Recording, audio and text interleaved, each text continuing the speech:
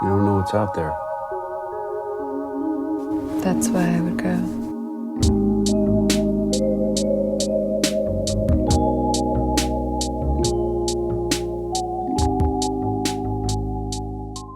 Hi, and welcome back to Wild Dream, where we give you the freshest takes on the latest movies. My name is David.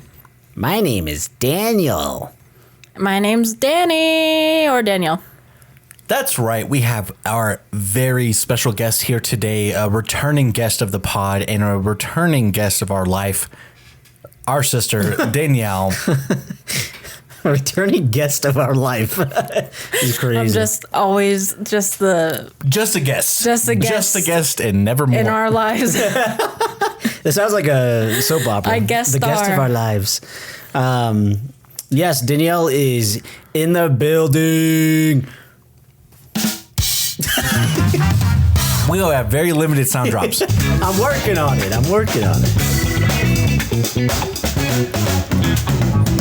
So, Danielle, tell us a little bit about this new project that you got going on, this new thing you're working on. That sounds fun. All right, we're going to who are you dating these days? Yeah, he sounds interesting. I just remember I actually double booked myself. Now, here's my question. When was the last time you were on the pod? Crap, I don't remember.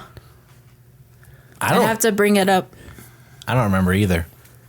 I remember last time we were talking about Shazam. I know the last one that I should have been on. Okay, well. Yeah, we can clear the air on that. Yeah, do you As wanna... I stare at David. I'm for the problem. Listeners. It's David's fault. I'm not the producer. I'm not the one who didn't book the guest. We went to go see, we mentioned this on the episode, but we went to go see Wicked with Danielle. And Wicked Part 1. Wicked Part 1. And we thought... Don't dead name the movie. We assumed that Danielle was working that day. So we didn't really invite her to come to the pod. But turns out she wasn't working. Right. Now, in our defense, especially at that time, to assume you were working was like a 98% success rate. Because you were working Because you saw the movie with us the previous day. So we were like, there's a 0% chance she has two days off in a row. Listen here. We talk about this all the time, that we do not listen to each other enough. Because at that time was the time that I had every single Friday and Saturday off for months. I only picked up if we already knew that the family was not doing anything, or that there was not a movie that I was interested in watching with y'all. And to answer your question, the last time I was on the podcast was Until Dawn. That's right. No, so not that long ago. So not that long ago. This year. Good brothers. Let's go. We're going to pat ourselves on the back there. Until Dawn. Well, that one just makes sense because, I mean, we played the game together. Yeah. We did play the game together. And in that same genre of movie, we did go see a new horror movie. Yeah, we just saw Weapons. Now, all right, we're gonna head out. It sounds like we said weapons. Now, if you haven't heard of this movie coming out, I'm sure you have by now, because I feel like I've seen more stuff about this movie this week than ever before. Same. And I told Taylor, I was like, yeah, we're gonna go see Weapons, and she's like, okay. And I'm like, and Danielle's coming with us. She's like, okay, that's whatever. And I get home and she's like, how was the movie? And I was like, it was really good. And I was like, it's, up there with I was about to give a spoiler for this podcast. I was like, yeah, we really enjoyed it. And she's like, is this the one with Glenn Powell in it? And I was like, you thought we were going to go see the Edgar Wright Glenn Powell movie tonight? She's like, yeah. I was like, no, we were going to go see Weapons. And she's like, looks at me with a blank stare. And I explained the trailer to her. And she's like, oh, I wanted to go see that. I didn't know it was called Weapons. I was like, yeah, it's not a very traditional name for a movie like this. True. I could see why she thought it was a cheesy action flick instead of a horror movie. Did I say horror enough there? Instead of a horror movie. Horror. Scary. I'm just going to say scary now. Scary. It is a scary movie. Oh, horror. Yes, Danielle. I'd be down to go see it again with Taylor. Wow, you should. Already a good review from Danielle. Yeah, true. Right off the rip. Yeah, one of the reasons I wanted that you love horror movies, and you Exactly. I would probably have been slightly offended. Yeah, but also I remember what did you, so this is the same director. and writer as Barbarian, which we've done an episode on. Most famous Lost Part 2. Most famous Lost Part 2. And what did you think of Barbarian? I think, and we kind of talked about this a little bit, I think I was similar to you in the fact that maybe I took it too serious because I didn't like it when we watched it. I just thought, I was like, what is this crap? This is so stupid. But, I mean, I was talking to a friend about it, and she was like, I've gotten close to her, whatever, and I thought she was really cool. And then she was like, yeah, I freaking love Barbarian. And then I was like, red flag. That's why. And then she was like, well, it was so stupid that it was funny, and that's why I liked it. Because I was like, yeah, as soon as I saw that beast, I started laughing because that's how dumb it was. Yeah. And then she's like, yeah, that's what I like about it. Yeah, I think you're right. I think we knew that the movie was made by a guy who was famously in a sketch comedy group. So, like, we should have taken it less seriously. And that's one of the things we regret. Like, we talk about doing a revisiting show at some point, which we will do. And Barbarian's going to have to be on that episode because that's one that we felt like we were too harsh on. Yeah. Especially when you compare it to some of the other horror movies we've seen throughout this podcast history, throughout all of our spooktaculars and things like that. It's like, man, like, we were really harsh on Barbarian. They really did try something. They really did do something unexpected. And that's, one of the things I said going into this movie is I said, with all the good reviews coming out about it, I was like, listen, what I want from this movie is to be as surprised by what happens as I was in Barbarian. Like, I want to be shocked. I want to be surprised. I want to see something I haven't seen before.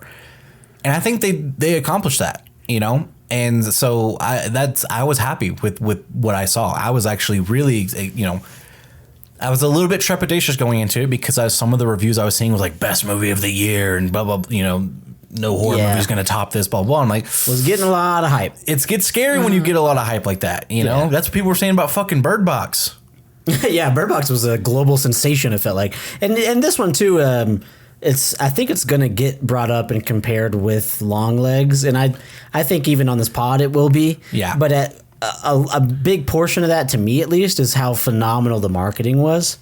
It wasn't near as sensational. Yeah, sensational, I guess, it wasn't that level, but it just did so well at giving you hey, here's a good premise, and then here's a bunch of crazy, quick, small hints of a mystery, and they just don't give you much, and it creates a sense of intrigue. And the more and more that this got closer to release, the more people I heard talking about it.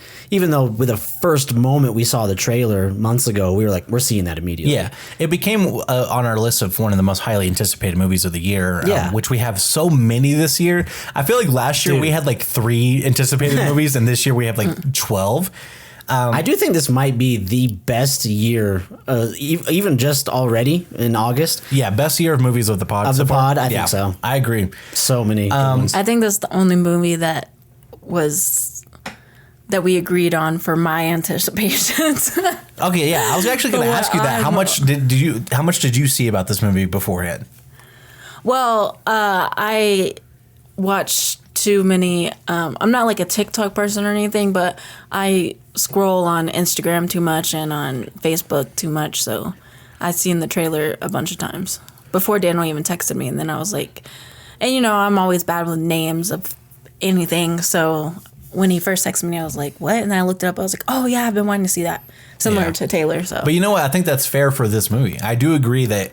If I said, like, hey, do you want to go see Weapons? No one was thinking about that horror movie trailer I saw. Like, they're not going to make that connection. So it's totally fair. It is a very unconventional name for a movie. But I didn't we even were realize, available for consultation. They could have asked us to. I didn't even realize you guys were going to see it together, because that was one of the ones I was curious about, too. Mm-hmm. Yeah. That I was trying to drag my friend to, and she's like, not really my thing. Yeah. Which is the episode that just released. Yeah. Yeah. Together. Going to go see Together. The movie Together. At first, I thought you meant we were going to go see the movie together. He's like, he said, I didn't know y'all were going to go see it together. Is what I thought you were saying. Oh. And I was like, why would me and Dan not go see a movie? Oh yeah. Being in a highly anticipated movie, our frustrations with the marketing for Companion kind of led to even more anticipation for this movie. Yeah, I think you're right. It did. And I was not disappointed at all. I really, really enjoyed this movie. I think that they did a lot of stuff really well. Like one of the things I want to like give a preference, like a preface to, and you can still get pregnant from preface. You can.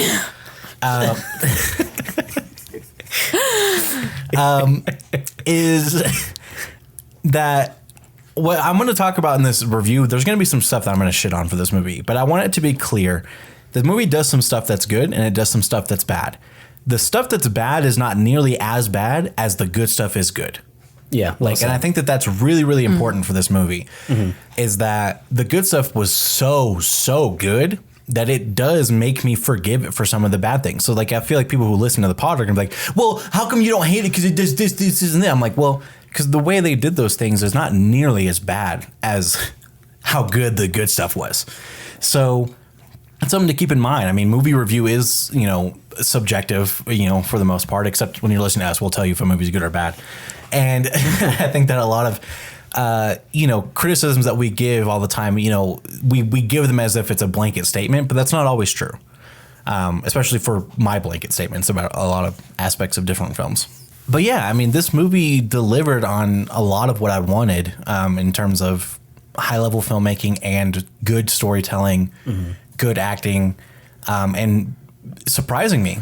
Like, and the stuff that I think there are moments in this movie that I was like, whoa, what the fuck is happening now? Jesus Christ. But it was so good in that way.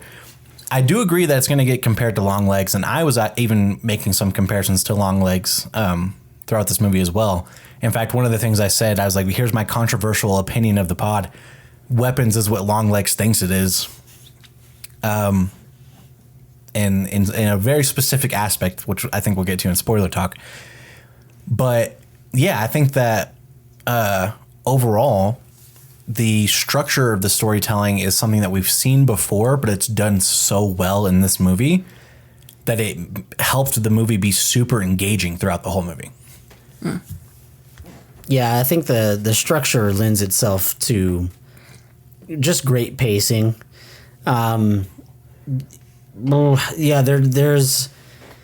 we should mention too, just like Barbarian, there is so much comedy in this. There's a line that, and it is dark too, just like Barbarian. Like there's dark comedy, like Justin Long finding a sex dungeon and being like, this would be a good Airbnb. So like dark comedy like that, is within this movie, but even in a way different way. And there's a lot that actually hit, and I found myself it's like there were parts even all the way till the very end where I'm still laughing when something horrible is happening. Yeah. You know what I'm saying? Yeah. It's like now it's not even a joke, but it's clearly like supposed to make you laugh out of maybe even just discomfort of how extreme it gets. But it's so clearly intentional because, and you can tell from the audience reaction too. Like they're like, it's not one of these things where only we are laughing. Right. And I'm really excited to talk about a specific sequence because it's like, there is legitimate 1930s silent film comedy in this movie that works. Some slapstick comedy. And it's like legitimately funny, but the movie does have moments that actually did scare me, and it has moments that like as the mystery starts to kind of unravel, I remember questioning if I liked the reveal or whatever you want to call it. At first, but then I was like, you know what? This actually beats a lot of alternatives. Even if I don't love it, I was like, this beats so many alternatives to me. Yeah. And so, it's just like, I enjoyed how multifaceted the movie was. It was scary. It was funny. It was really well made. It looked beautiful. It was both story driven and character driven at the same time. It did a lot really well. I was surprised at when we, I don't know if it's a spoiler, so just in case, we'll wait till spoiler talk. But when we talk about the way it's structured, I was really surprised at how much character they were able to get out of each. Yeah. You know what I mean? Of each of those pivots. So I'm just like, I was really impressed with that, and I think it's just a very well-rounded movie. And we'll talk about our criticisms because there are criticisms, of course, believe it or not, on Wild Dream Pod. What? Right. What? No freaking way. But I'm really happy with this movie. I thought it was a really awesome theater experience, especially.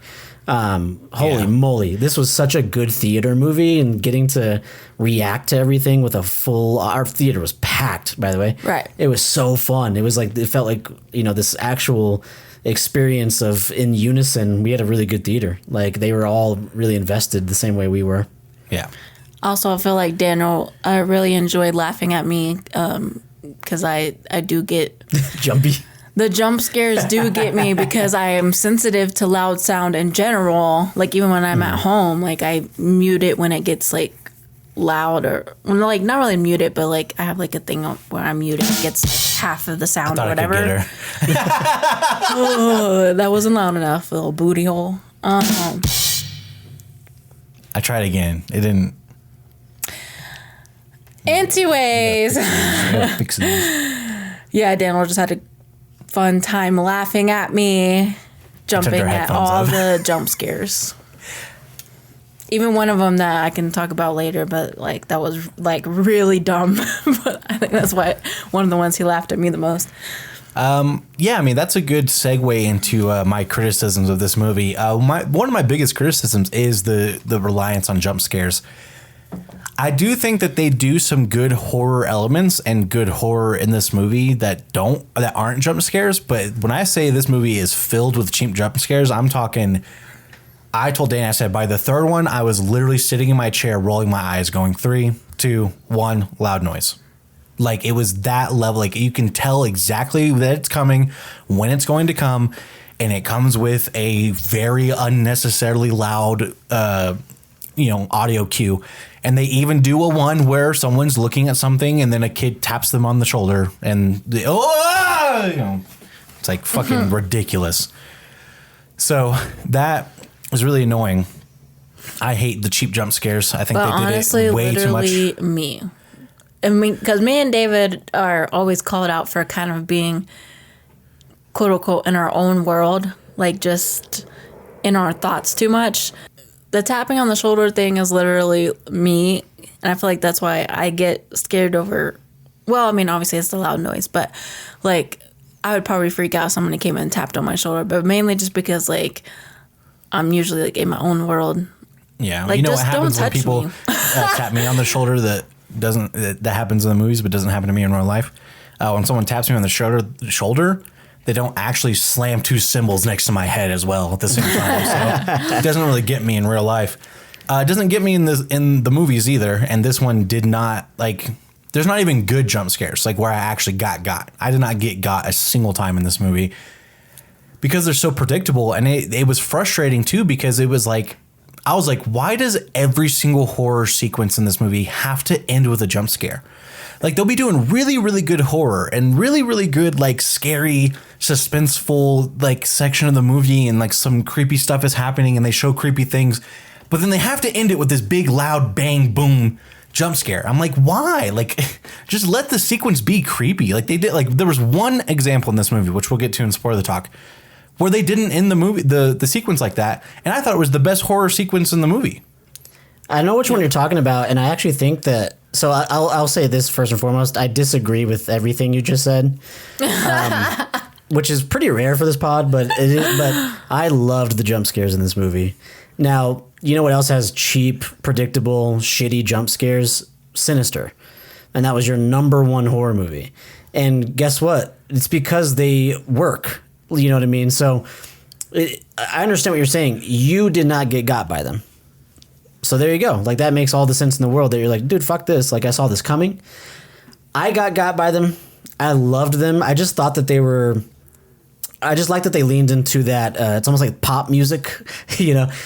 You can have good pop music, you know. And I like that they leaned into that for the horror aspect, because the horror, it varies in this movie, I guess I should say. And I think that the jump scares, I only remember 3 of them as well. So it's like, I don't remember there being that many. I just remember 3 of them. So I think that in a 2-hour movie, 3 jump scares that I personally remember is pretty few and far between, even though they're front loaded. But I think that what it does is because you get those jump scares in that part of the movie, the sequence that you're talking about, I don't think it would have been near as good had we not already had the jump scares. Because now they're making you, I guess in your case, they're making you go, all right, here we go. And then they don't do it. And you're like, oh, wow. Okay. Whereas in my case, I'm all right, my butthole's clenched. I'm like, oh, here we go. I'm about to get scared by something. And it wasn't obviously the biggest, part of a cheap jump scare, which I'm definitely not saying that these are not cheap. I'm just saying I liked them. I liked them. But I think that the reason I liked them is kind of because they were predictable. And I'm trying to compare it to like Smile 2. When we talked about how she would just be like putting on her makeup and then it would just cut to a random scene and make a loud noise. Like these jump scares are happening in the scene. They make sense logically. You know what I'm saying? Like that is not near as cheap or bad as a way worse example. Like a Smile 2, where it's like, oh, I'm putting on my makeup and I'm staring in the mirror, and then it just cuts to a scene at a different location with a different character that has nothing to do with this for a split second, and it goes, rah! Yeah. And I was like, what the It does do that one time, but I agree more with like when it's even though they're bass boosting, making it way louder than it would ever be, like someone knocking at the door. Yeah. It's like, well, at least I will give that one because someone might be knocking at the door. You know what I'm saying? But there were ones in here where it just shows a creepy thing and then plays an audio cue of the music being really loud. And it's like, well, what's happening in the scene, like that thing doesn't exist in the scene. The sound does not exist in the scene. You know what I'm saying? So when I think of a cheap jump scare, that's part of what I think about. It's like you're adding sound into the scene that doesn't already exist for the intention of getting you scared by a loud sound instead of something popping into screen. Like when something pops into screen, like Insidious, I think is a good example of a movie that does, jump scares, but they do it by something popping into the scene. And I think I like those better than when it's literally just really, really loud music cue. Mm-hmm. I feel like I do feel like there's more than 3 jump scares. I feel like that it did do that thing that David's talking about, like with the loud music, which, like I said, which is why it got me every time because I'm sensitive to loud noises in general. But I feel like the way that they did it, like, 'cause there were some that were scary that I wasn't really prepared for because I thought it was just gonna be a music thing, and I wasn't expecting it to be a music thing and something creepy. Yeah. So those did get me, but also I feel like the other ones that David probably were rolling his eyes at kind of went with the rest of the movie, like when we talk about like the ridiculousness of some of the stuff and like how it was funny. So like those like certain jump scares were just kind of like funny. But yeah, I mean that's just one of my things, with jump scares. I think that Dan is right. If you get got by them, you're gonna like them. If you don't, then you won't like them. Exactly. Yeah. And I'm just someone who didn't get got by them. Different strokes for different folks. And I do also think that Danielle was right. I think that 50% of the time it is purely audio based, and the other 50% of the time, I think something that you and I talk about, Danielle, is like if you watch a horror movie without the sound on, would you still be scared? Like that's one of the things that we bring up a lot. And I think that this movie has about 50-50. Like the 50% of the time I still would have gotten scared. And I still liked that scary element, the visual scary element. I just didn't like the audio cue that went along with it. But I understand, both sides of that. But that was a criticism we kind of tapped into that when we were leaving the movie, or I can't remember if you were there when I was talking about it, but we kind of get into that where I said, like, if I wasn't watching this in the theater, I don't think I would have jumped as much. Yeah, that too, because you're right. Our theater was loud. I think the sound was really good, though. It was loud, but it was good. The sound design, like when things are supposed to be loud, they're loud. When things are supposed to be quiet, they're quiet. And so I really liked that element of the sound design, that things felt the size that they were for the most part, and I enjoy that. I do think that we have a shared criticism that we can go ahead and bring up, and that is that this movie does have voiceover. Which Voiceover. I don't want my voice to be over. I don't want my voice to be over. So voiceover is a complaint that we often have because it's a very cheap and easy way to get out a ton of exposition that you could have just shown on screen. I think that one of the things I will give this voiceover is I do think that without the voiceover, you would probably add 10 to 20 minutes of the movie in order to show you what they told you in voiceover in like 2 minutes. So I understand that element, but at the same time, I still think there are ways and there was a way to show you this story without giving you that voiceover. I think so too, and I'll talk about an idea that I had in mind, and I'm not saying it's perfect, but I'll talk about that in spoiler talk as well, because I had an idea of how to at least start the movie. There's voiceover Same. at the beginning and the end of the movie, so Yeah, honestly, I felt like it was not needed, and if you still wanted to keep it, I mean, like I said, we'll talk about it in spoiler. Yeah, we'll get more into that, but yeah, that's just so you guys know, if you're a spoiler-free person who before going to go see the movie, that's a complaint we often have. Another complaint that we often have there is title cards in this movie. there are title cards. The title cards themselves, it's interesting because I know that two examples that Daniel has of title cards that he liked that I still didn't like because I have a perpetual hatred of title cards forever is Poor Things and The Northman. Mm-hmm. And his, reason, and I'm not trying to speak for him, but is that they're more creatively done. Yeah, they're stylish. This movie's title cards I can forgive a little bit, and they're not stylish at all. Yeah, They're just story elements. yeah, not at all. Do I think that you could remove these title cards and it would not impact the way that you tell this story at all? Yes. So 100%. Do I think they should have removed these title cards? Yes.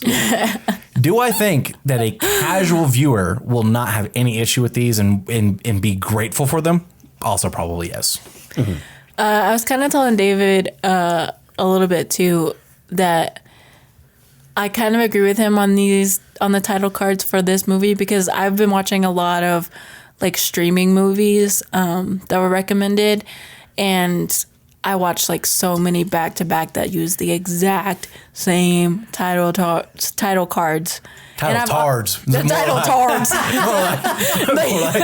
These damn title cards. I hate that we found that out. That's I don't know if that makes the pod, but that is going to be David's new thing. There's some more title cards in this. yeah, more like title cards. This fucking director's a title tard. You know what I'm saying?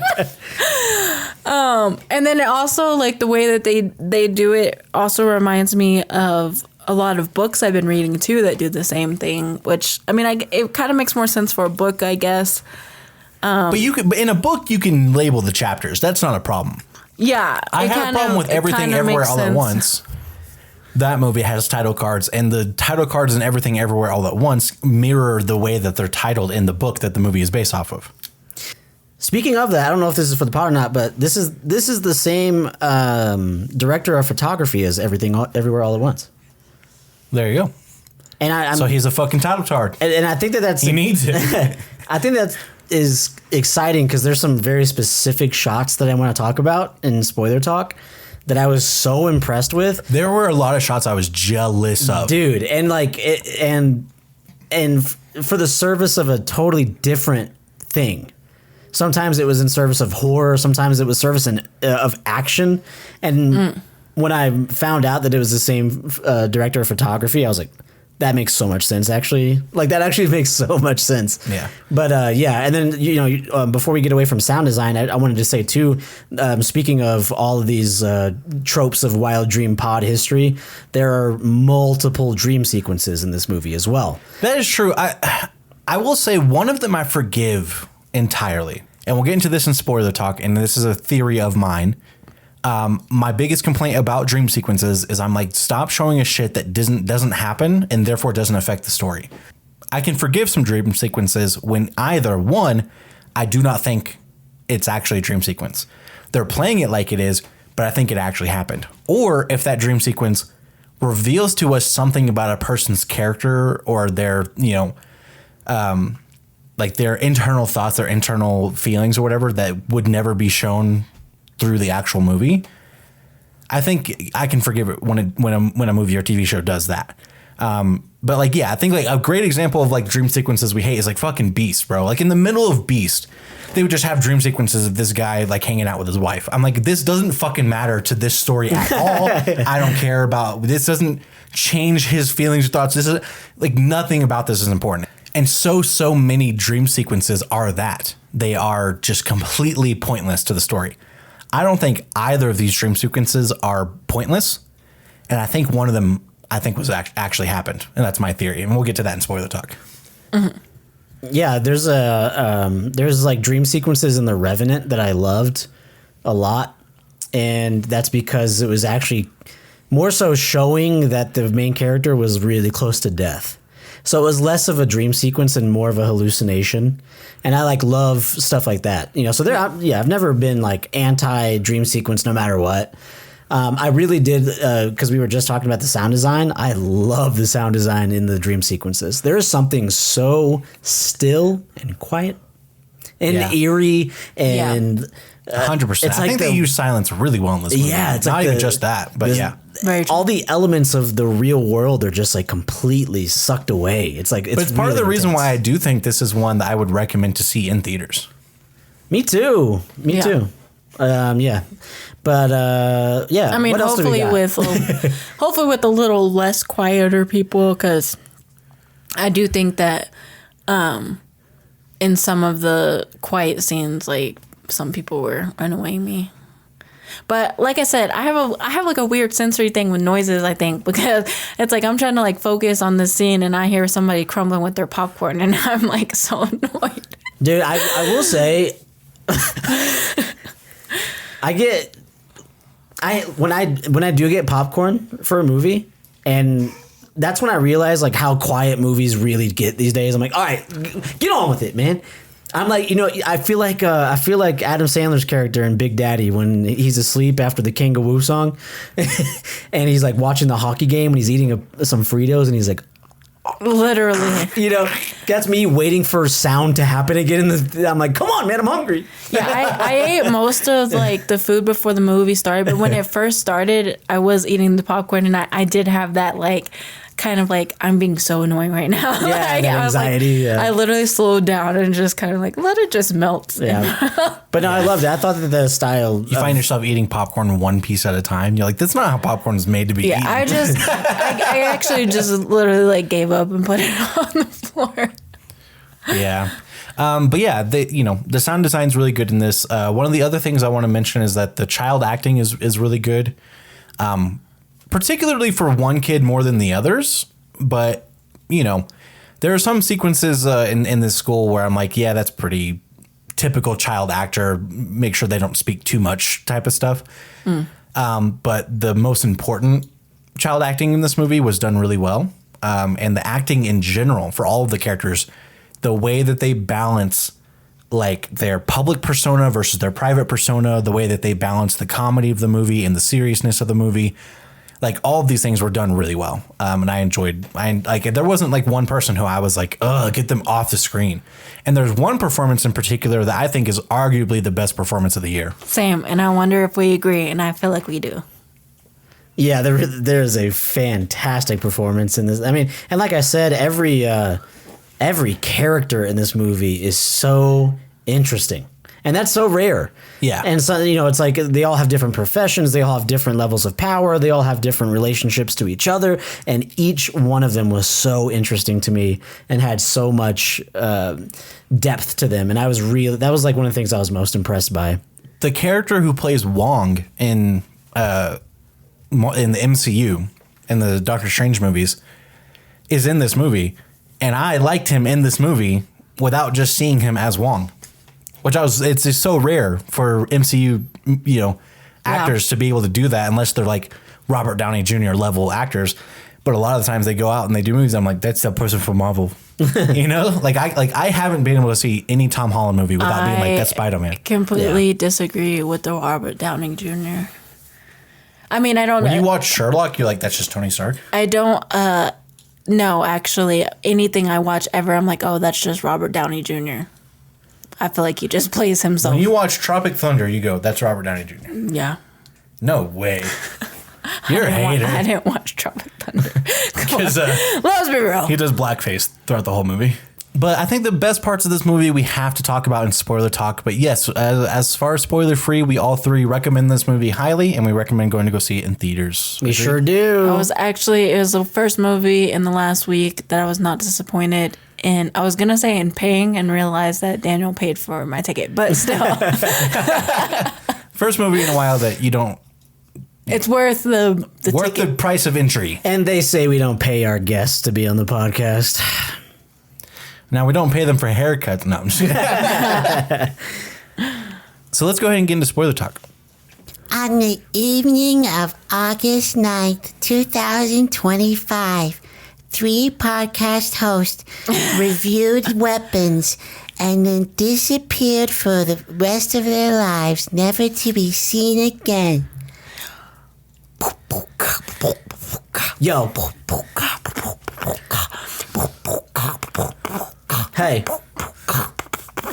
I'm weapons. Look the way I'm stepping. I don't want to do it unless it's really something repping. Spoiler alert. Spoiler alert. This is a spoiler alert. All right, so let's get into the rundown. The rundown. All right, so I'm going to get... So this movie, this is our first official spoiler. This movie is structured in a way that it shows the first character and everything that they do up to a certain point, and then it goes back in time to show another character everything they do up to a certain point, and so forth and so on. Okay, there are 17 kids in a classroom that all go missing on the same night. They have footage of these kids, and what they are doing is they walk out and they do like a Naruto run in a straight line. I just forgot about the Naruto run till you said that. Little T-pose. Yeah, T-pose run, okay? Now, these kids are missing. No one's able to find them, and they were all in the same classroom. There was only one student who did not go missing, okay? So they're investigating this, and then what we learn is that what is actually going on is the one kid who is not missing, what has happened to him is that his great aunt ended up moving into his house with him and his family, and she's a witch, and she has been mind controlling his parents, and she gets him to bring her the stuff that she needs to mind control all of these kids, because whatever she's doing to them is giving her youth back in very witchy terms. And he helps her do all this because she shows him that if he doesn't, that she can make his parents hurt themselves and kill themselves and kill each other if she wanted to. Mm-hmm. So she is doing all this. She's the one controlling all this, and she's the reason why the kids are missing. The movie starts off by following different characters. So at first we follow the teacher of this classroom. We find out that she's kind of a mess, you know. Everyone in the town is blaming her for this. They think that she knows where these kids are. She doesn't. She ends up sleeping with a man who's actually in a relationship that she clearly had a relationship with previously, and he clearly cut things off because he's trying to get sober, and she's a mess. Sweetheart, she's a mess. She's a mess. You need to stay away from her. She needs to get her life together. Now, I want to say this up front, okay? I want to say it down back. I personally don't feel like she's a mess. I feel like she's a mess. She drank 2 handles of vodka in one day. I think she's a mess because of what just happened to her, of the whole losing her job in the whole town. I don't think her ex-boyfriend reacts to her that way unless she's been a mess in the past. And she got kicked out of her previous school for inappropriate conduct. Oh, and yeah, she drove a about kid that home from stuff. school, and she gave another one a hug. It's really inappropriate. She's a mess. Okay. I take it back. She's a mess. All right. I forgot about that part. I need this to be so clear right now.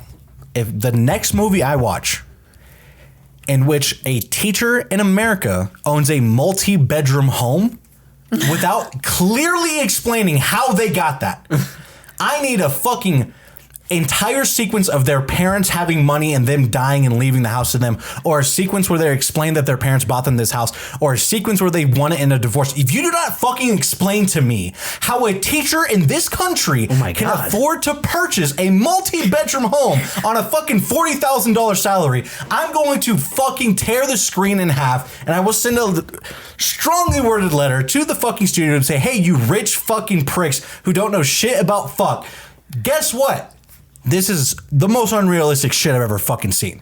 It pisses me off. This is like the 5th movie we've seen this year where a teacher owns a home they would never be able to. I have some friends of mine.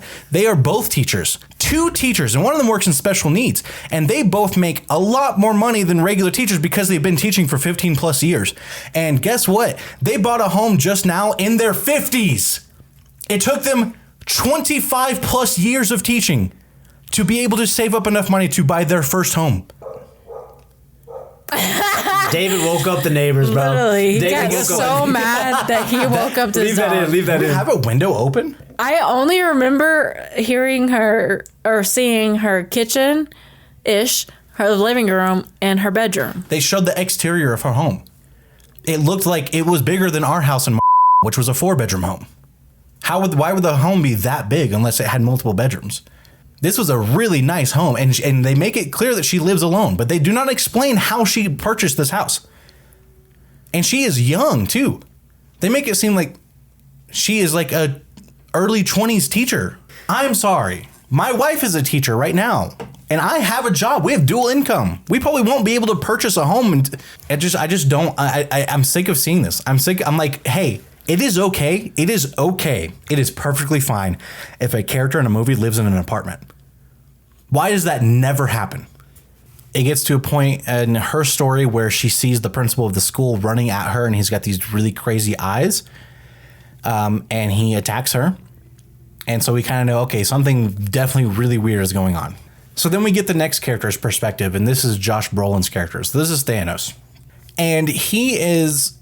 At first, he's completely convinced that the teacher has something to do with this, right? He confronts her at a school meeting that they have with the parents, and he follows her home, and he vandalizes her car, and he's struggling too. Like he can't even work right now because like he's going to work, and they show that he's like so lost in his head. He just keeps making mistakes and stuff. And so like, I'm really feeling for his character. Like they open on his character, like waking up in his son's bed. Like he's like, that's how hard things have been on him. He's struggling. He is struggling hard. And speaking of vandalizing her car, he predicts he actually predicts it because he writes witch on the teacher's car. Yeah. So he was right that it was a witch. He predicted it. You just got the wrong way. You just got the wrong You were witch. so close, kid.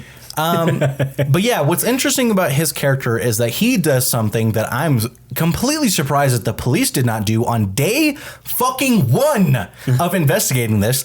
And this is, he takes his Ring camera footage where it shows his kid running in a straight line.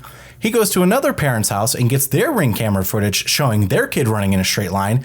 And then he takes a map and he draws a straight line all the way across the map from their 2 houses. And there's only one home in the entire city in which those 2 kids cross paths. I'll bet all of the kids cross that path if you draw that same thing. And I bet if the police had done this day 1, they might have investigated the correct home correctly. I know that they do. They do show that the police come to the house and they look around, but they have hidden all the kids, whatever. I would have gone to that house maybe on a surprise. Maybe not, hey, we're going to come by and look at your house next week. Is that okay on Tuesday? Right. Like they did in the movie. Fucking, but you know what? I'm never going to be like, plot hole, the police don't do their job.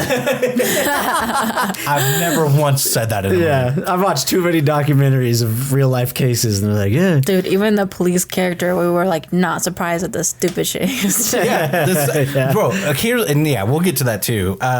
So Josh Brolin, he is there when the principal attacks the teacher. So he helps her actually get away from him, and he kind of sees him also running. He's running in the same like T-pose and everything because he is possessed.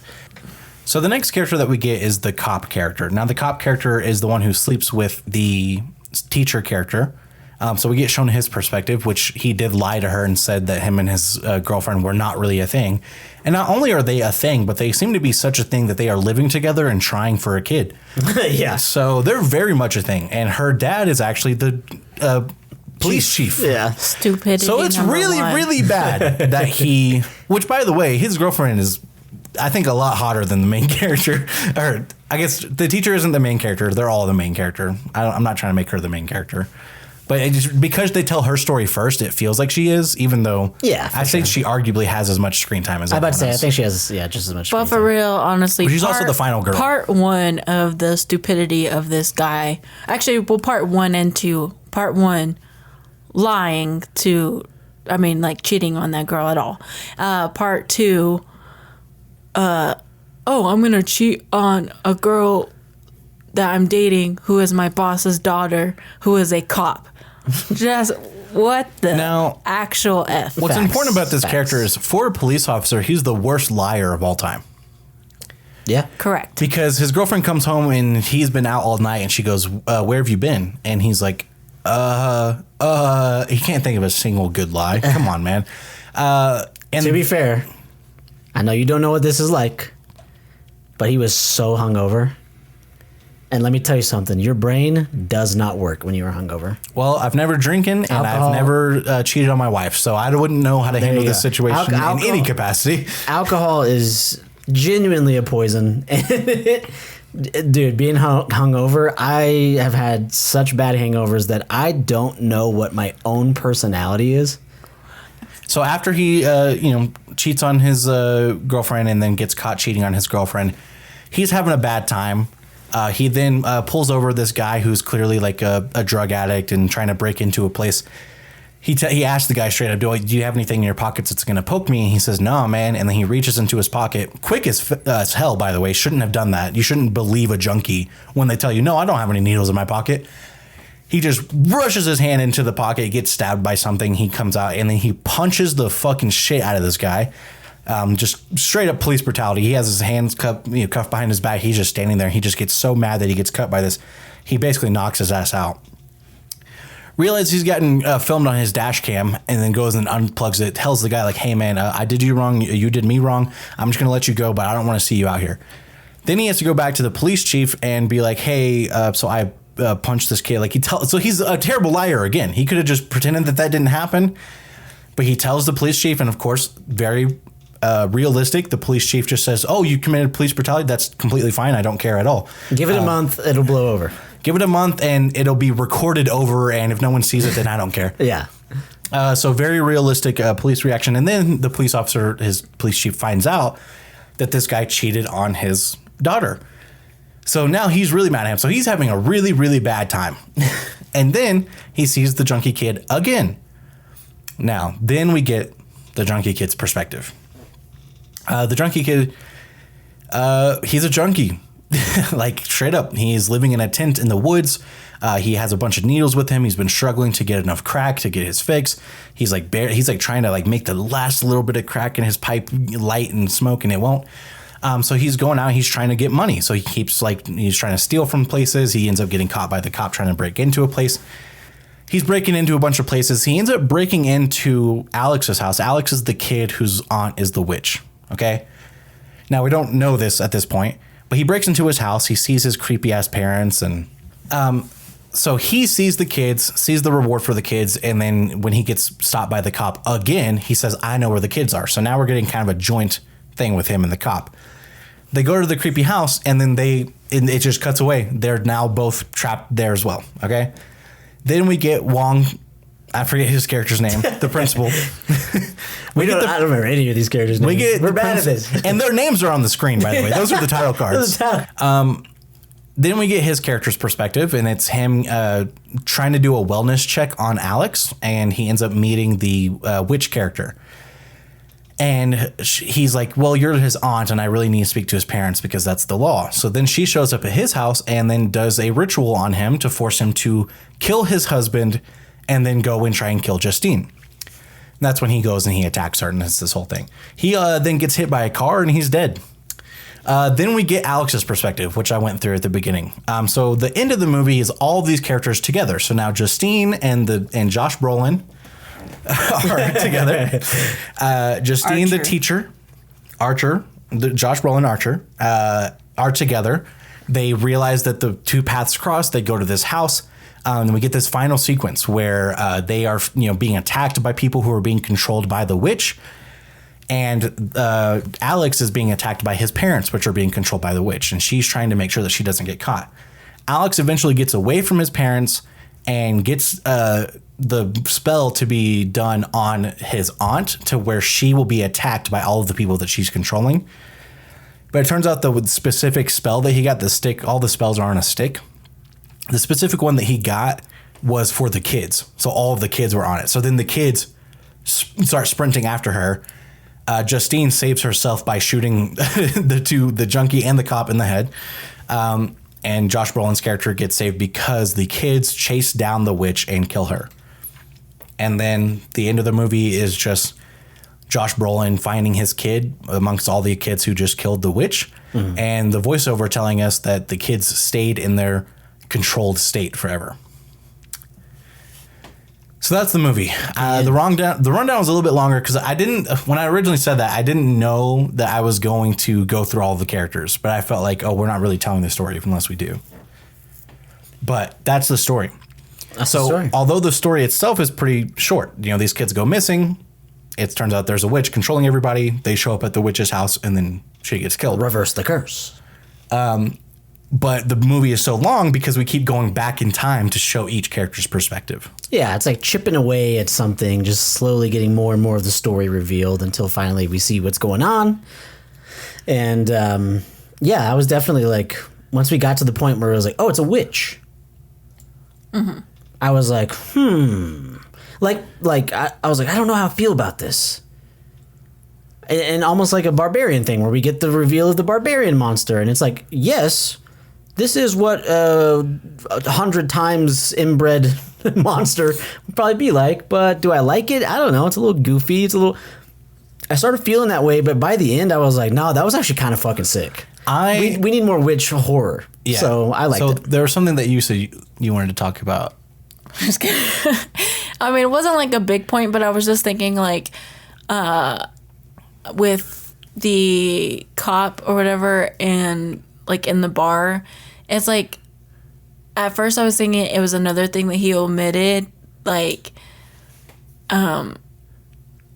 his like sobriety or whatever, like that he was actually trying not to drink, but then she was like, oh come on, like, which if she knew he was doing like being sober, like F her, like that's fucking rude. I think he did.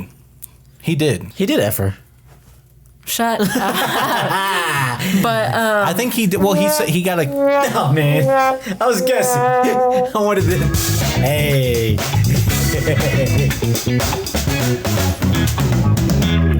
Also. Ayo. Yeah, I mean that's the thing. I mean he got a Coke. The fact that she was pressuring him to drink when he said he didn't want to drink already makes her a bad person and also a mess. I mean, yeah, but... And I'll say that right here in the pod. If you are out with somebody and they say, I don't want to drink, and you go, come on, please, come on, please, you're a bad person. Stop doing that. That's very true. But also, if you are, which he seemed like a newer... sober person, yeah. Like... don't meet somebody at a bar. 100%. Yeah, he made every wrong decision. He should have not. Yeah. I understood from a certain perspective why he went to go see her because she's going through a really hard time. He knows. But he only went because he wanted to do something because I think that he was just like nervous about this whole trying for a kid thing. And he was in his head about it. And then all that shit happened and he was like, and then I remember... Yeah, but if his options are go sleep with this chick or try for a kid with his actual girlfriend, I go try for a kid, baby. But they were talking about like when they were in the bar or whatever, and he was like, "Oh, I'm really glad you hit me up or whatever. Like I was worried about you and all that." And then like it shows later when you're following him, like her hitting up was like literally she said, "Hey." That's all it took. That's true.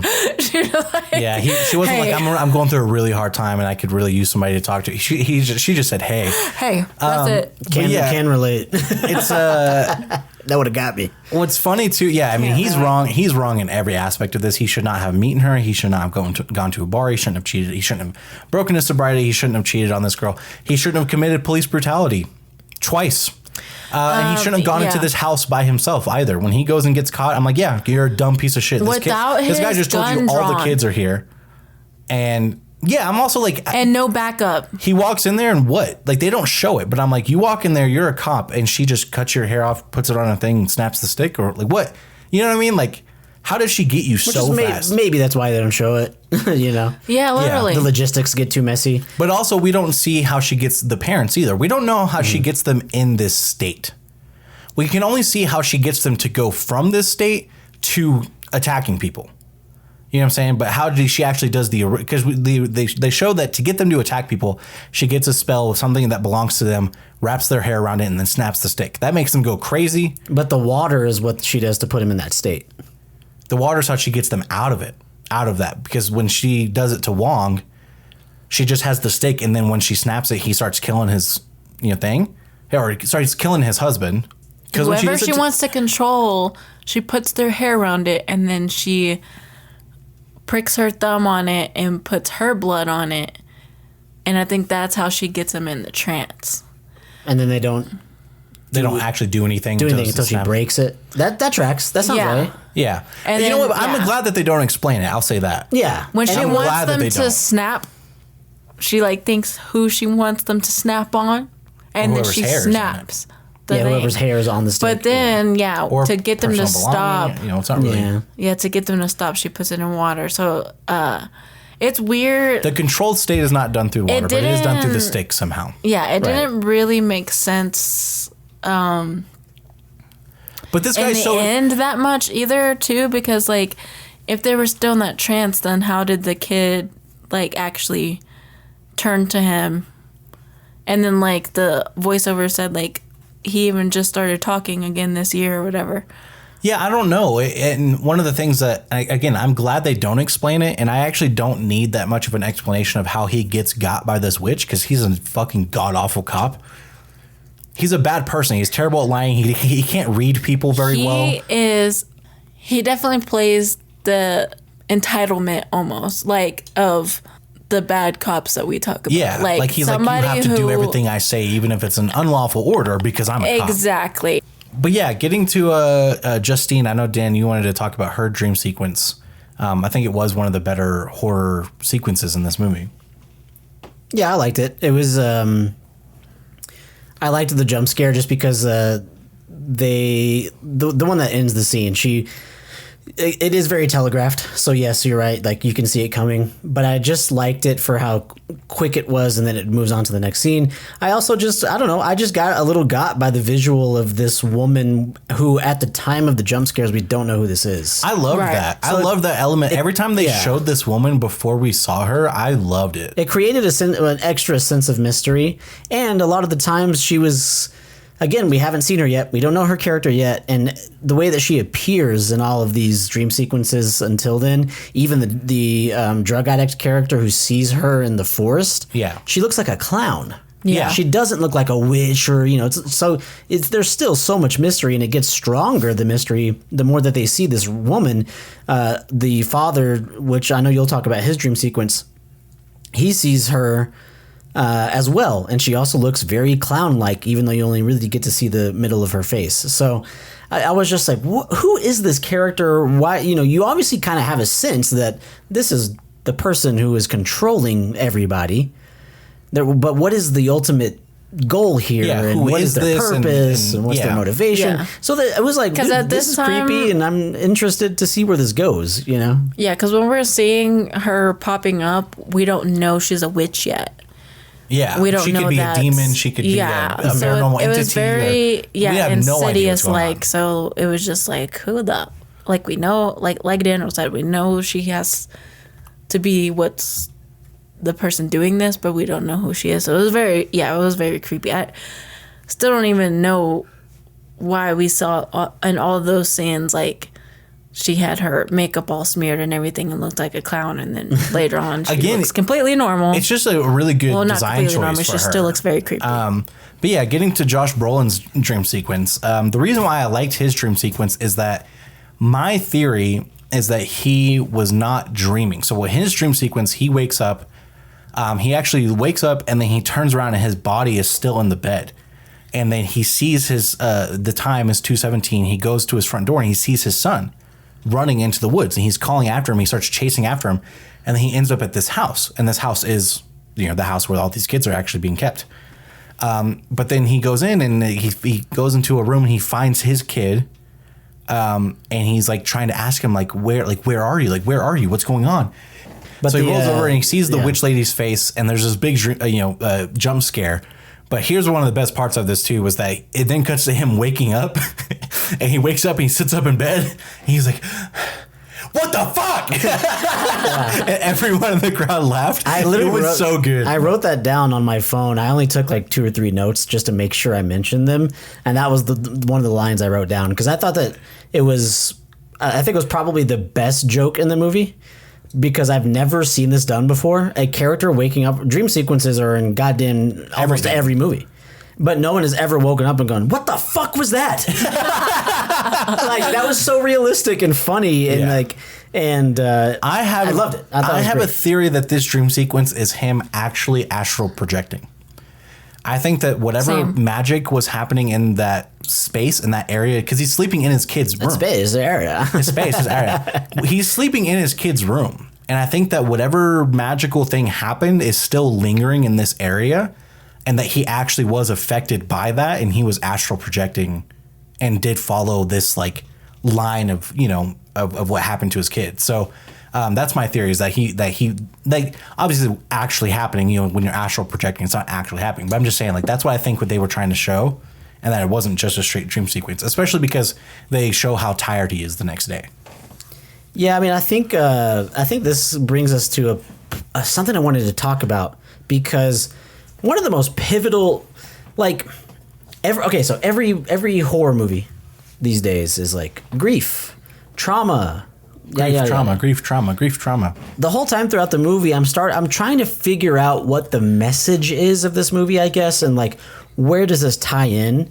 And I thought I started to get somewhere in his dream sequence, because he sees a massive, like, I think it was an AR-15 hovering above the house with the timestamp of 2:17 on the alarm clock. It was a really weird visual. It was very video gamey, the way it was just rotating. And so I was like, wait, like, is this like a school shooting metaphor? Kids going disappear? Like, I'm like trying to figure it out. And I thought they just showed that because the movie's called Weapons. I am wondering, I'm like, is this just a general... it was just such an interesting thing to include. I was like, I can't believe they included this. That's something I'm excited for part 2. I wonder what other people think of that. Yeah, and because I bring that up to say that at the end of the movie, when the movie's over, we've now gotten the movie. What did you take from it? Nothing.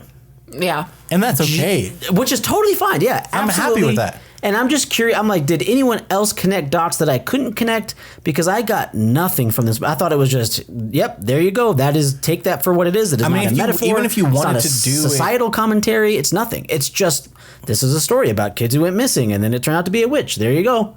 That's really what and I was totally, like you said, I was totally fine with that. I was like, cool, that was a good movie. Yeah, and that's what I hate that everything is a message and everything is about grief. And it's like, why not just do a movie because you want to show some fucked up shit, bro? And the sequence, I just want to mention this because this was something I didn't want to mention in spoiler-free talk, because if you watch the trailer or whatever, it's not obvious that this is going to be an element of this movie. But the gore in this movie is so good. Mm-hmm. And, spoiler alert for the end of this podcast, the best fucking moment of this movie is this witch getting torn to fucking shreds by these kids. Yes. When they fucking just because they show that when these people go crazy and start killing people, they just go full force, just trying to run through them.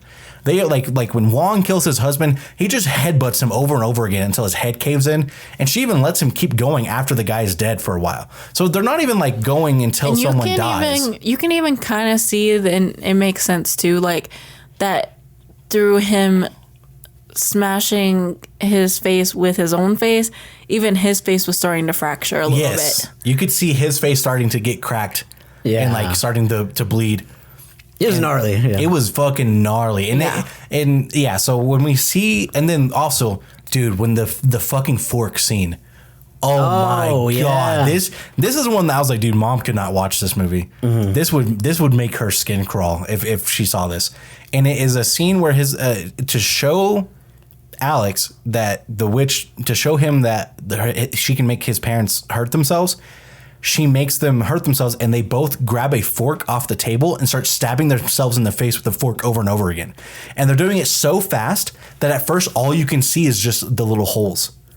And like the blood's not even having time to run yet because they're just over and over and over again. And it's just like, it's like, oh my God, it's so like, it's just this weird skin crawling type of gore that's just like, oh my God, it's so visceral and the sound is so good. And it's just great. Like something you don't really see. It's like, it's when you see something like a person's head exploding, you're like, whoa, that's crazy good visual effects. This is just like, this just makes me uncomfortable. And I thought it was so good. And like when the blood starts to finally run down their face, oh my God, guys, it was fucking phenomenal. It was a great visual. It was a great sound design because you have to make that piercing slit sound. Yeah. But not a clean slit sound because it's a fucking fork, not a sharp object, you know? Yeah. So it worked really well, but it also just shows like it creates this, you start to panic and feel what Alex is feeling. Yeah, you're feeling very like true. This. Oh my! Because he's like, Mom, Dad, stop! He's freaking out, crying and screaming. And she gets to establish dominance and show this kid like, hey, now don't tell anyone about me. Dare you to tell someone about me? You see what I just did? That was nothing.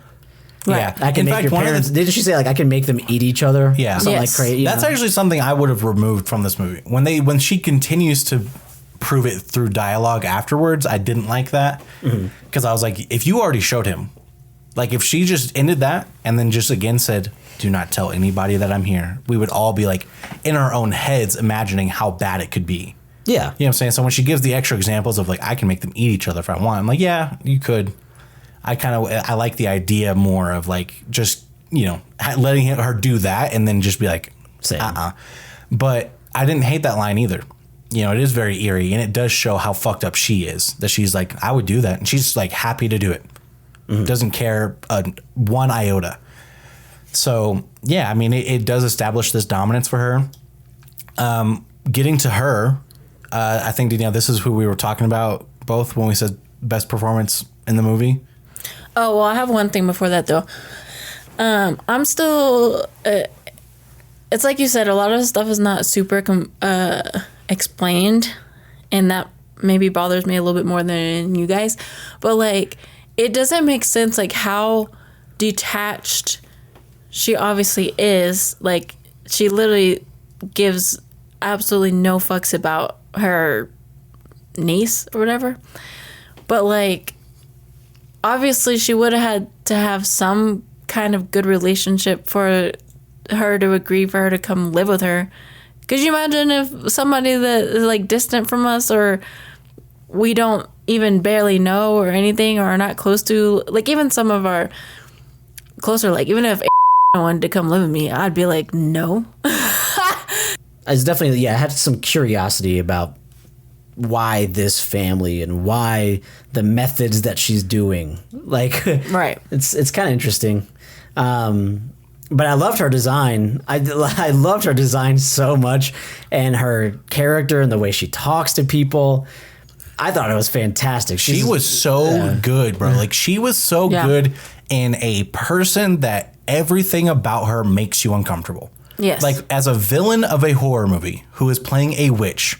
She was very creepy. She was so fucking creepy. She looks like a clown. She has this god awful. It's a wig, by the way. She can make it anything, and she chooses this like super short bangs and these weird glasses. Where like the wig and her dress and the way she dresses and everything is like as if she's trying to be an old fashioned journalist. You know what I mean? Like that was the vibe. Cigarettes. She's like, she looks like she's related to Edna. Edna. She reminded me of Edna from The Incredibles. She also reminded me of Cruella de Vil, and I think you're right. I think I could see her smoking cigarettes with one of those Cruella de Vil cigarette sticks things. Yeah. Like, she's just so off-putting. But then you add on top of that this clown makeup. She's wearing like all white makeup and then big red lipstick that goes like past her mouth. And I think Danielle even brought up the point of like, why does she dressed like this. And I'm like, I think that she's literally so old. She's like, what do humans look like now? But it's weird because, like, in some scenes, she has, like, the smeared lipstick with the blue, like, really bad blue eyeshadow, like, Yeah. in the weirdest shape. And then, but then, like, in other scenes, it's like she looks normal. It's just funny to me, too, because, like, for a character who is trying to not be noticed, she dresses the most noticeable and, like, memorable person ever. But then also makes me feel like whatever is about this character, she is definitely doing this intentionally. Like, she's not, like, making a mistake with this makeup. I feel like she's very calculated, and she has planned so much of what she's doing. Like, I'm like, yeah, I think she looks like a freak on purpose. Like, I don't know why. I can see that too. I can see it being calculated and just being like, even from trying to make people uncomfortable. even from a personality perspective of just, how do I cover up that I'm a secret witch? Well, I'll just be the kookiest person you've ever seen. Yeah. Yeah. I'm so-and-so's That explains kooky my aunt. peculiarities. You know, it's like, Yeah, if you think, oh, I'm weird, it's like, oh, well, of course she acts like that. I mean, look at her makeup. You know, like, I think because when she has these scenes with Alex, she's not like that at all. Like, in private moments, she is manipulative the way she is in public, but she's not eccentric. yeah, her kookiness goes way down. You're right. And I love that. I loved how, like, very calculated and very simple and very cold she was with Alex in a private moment versus her very eccentric and out there and off-putting personality. It's like she looks in a way that's like she's so crazy and so over the top. It's not that you would ignore her. It's that you would try to ignore her. She's like, you know what? Trying to blend in doesn't work. I'm going to be so off-putting that when people want, like when I'm in public, they will ignore me. They won't look at me for too long. They're not going to try and talk to me because I'm so annoying and obnoxious that people hate me.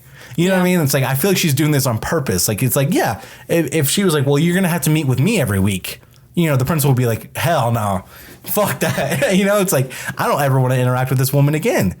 So it's just, and you can see that in the second time he interacts with her. He's like, no, please don't come into my house. Please don't talk to my husband. Please don't, you know, whatever. Yeah. But that whole sequence of her in that house and like the switch that she has before and after she does her spell was so good to me. Yeah, me too. Yeah. Because she has this whole sequence where she comes in the house and she's like panting. She's like, I had to run all the way across town, and no, I really need to talk. I really need to talk to you. Like, and like she's like very like flustered and like, oh my god, and my throat's so dry. Could I please get a drink of water? Bowl, please. Sorry, it's just a weird thing about me. Bowl. Why? You know, and then he gets her a bowl of water. How did she know where he lived?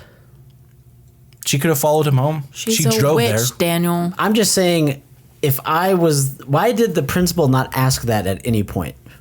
Why did he not say, how the fuck do you know where I live? We met at the school. I don't know. But I mean, yeah, in terms of how she actually knows, I think she followed him there because they showed that she didn't really take the bus. She drove there. Yeah, I don't know. I just thought I was waiting for him to ask that during the scene when she's at the doorstep, and I was like, why is he not questioning how she knows where he lives? Maybe they have to have his address for a wellness check that they could meet at his house potentially. I don't know. I don't know. I don't care that much. I was just curious. But anyways, yeah. So in this sequence, like, and then she's like, but you know, the good thing is that Alex's parents are definitely going to be happy. They're so happy to meet with you. They're so happy to meet with you. So nothing's wrong. And you haven't called the police yet, have you? Like, you haven't involved the authorities yet?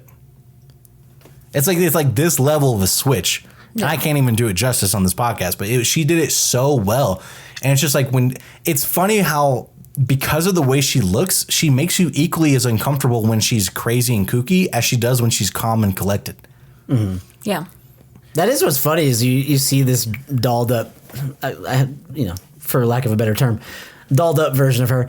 But it makes it really funny, at least to me visually, when you see her in her actual element. You remember like when she's bald, but she has like 4 strands of hair and she like has them down and braids them. Like, just cut that shit off, bro.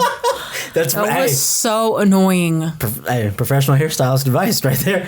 But oh my gosh! But please don't ever. But it was so funny. I was like, dude, what if? And when I talk about the jump scares lending themselves, which we still haven't talked about the best horror moment in the movie, which we will, but there is a part of, towards the end here where Alex goes to kind of just peek in on his aunt, quote unquote, and he's opening the door and they do these kind of, what are those called? Like whips. Yeah. They do these whips to kind of, they're going to get you, you know?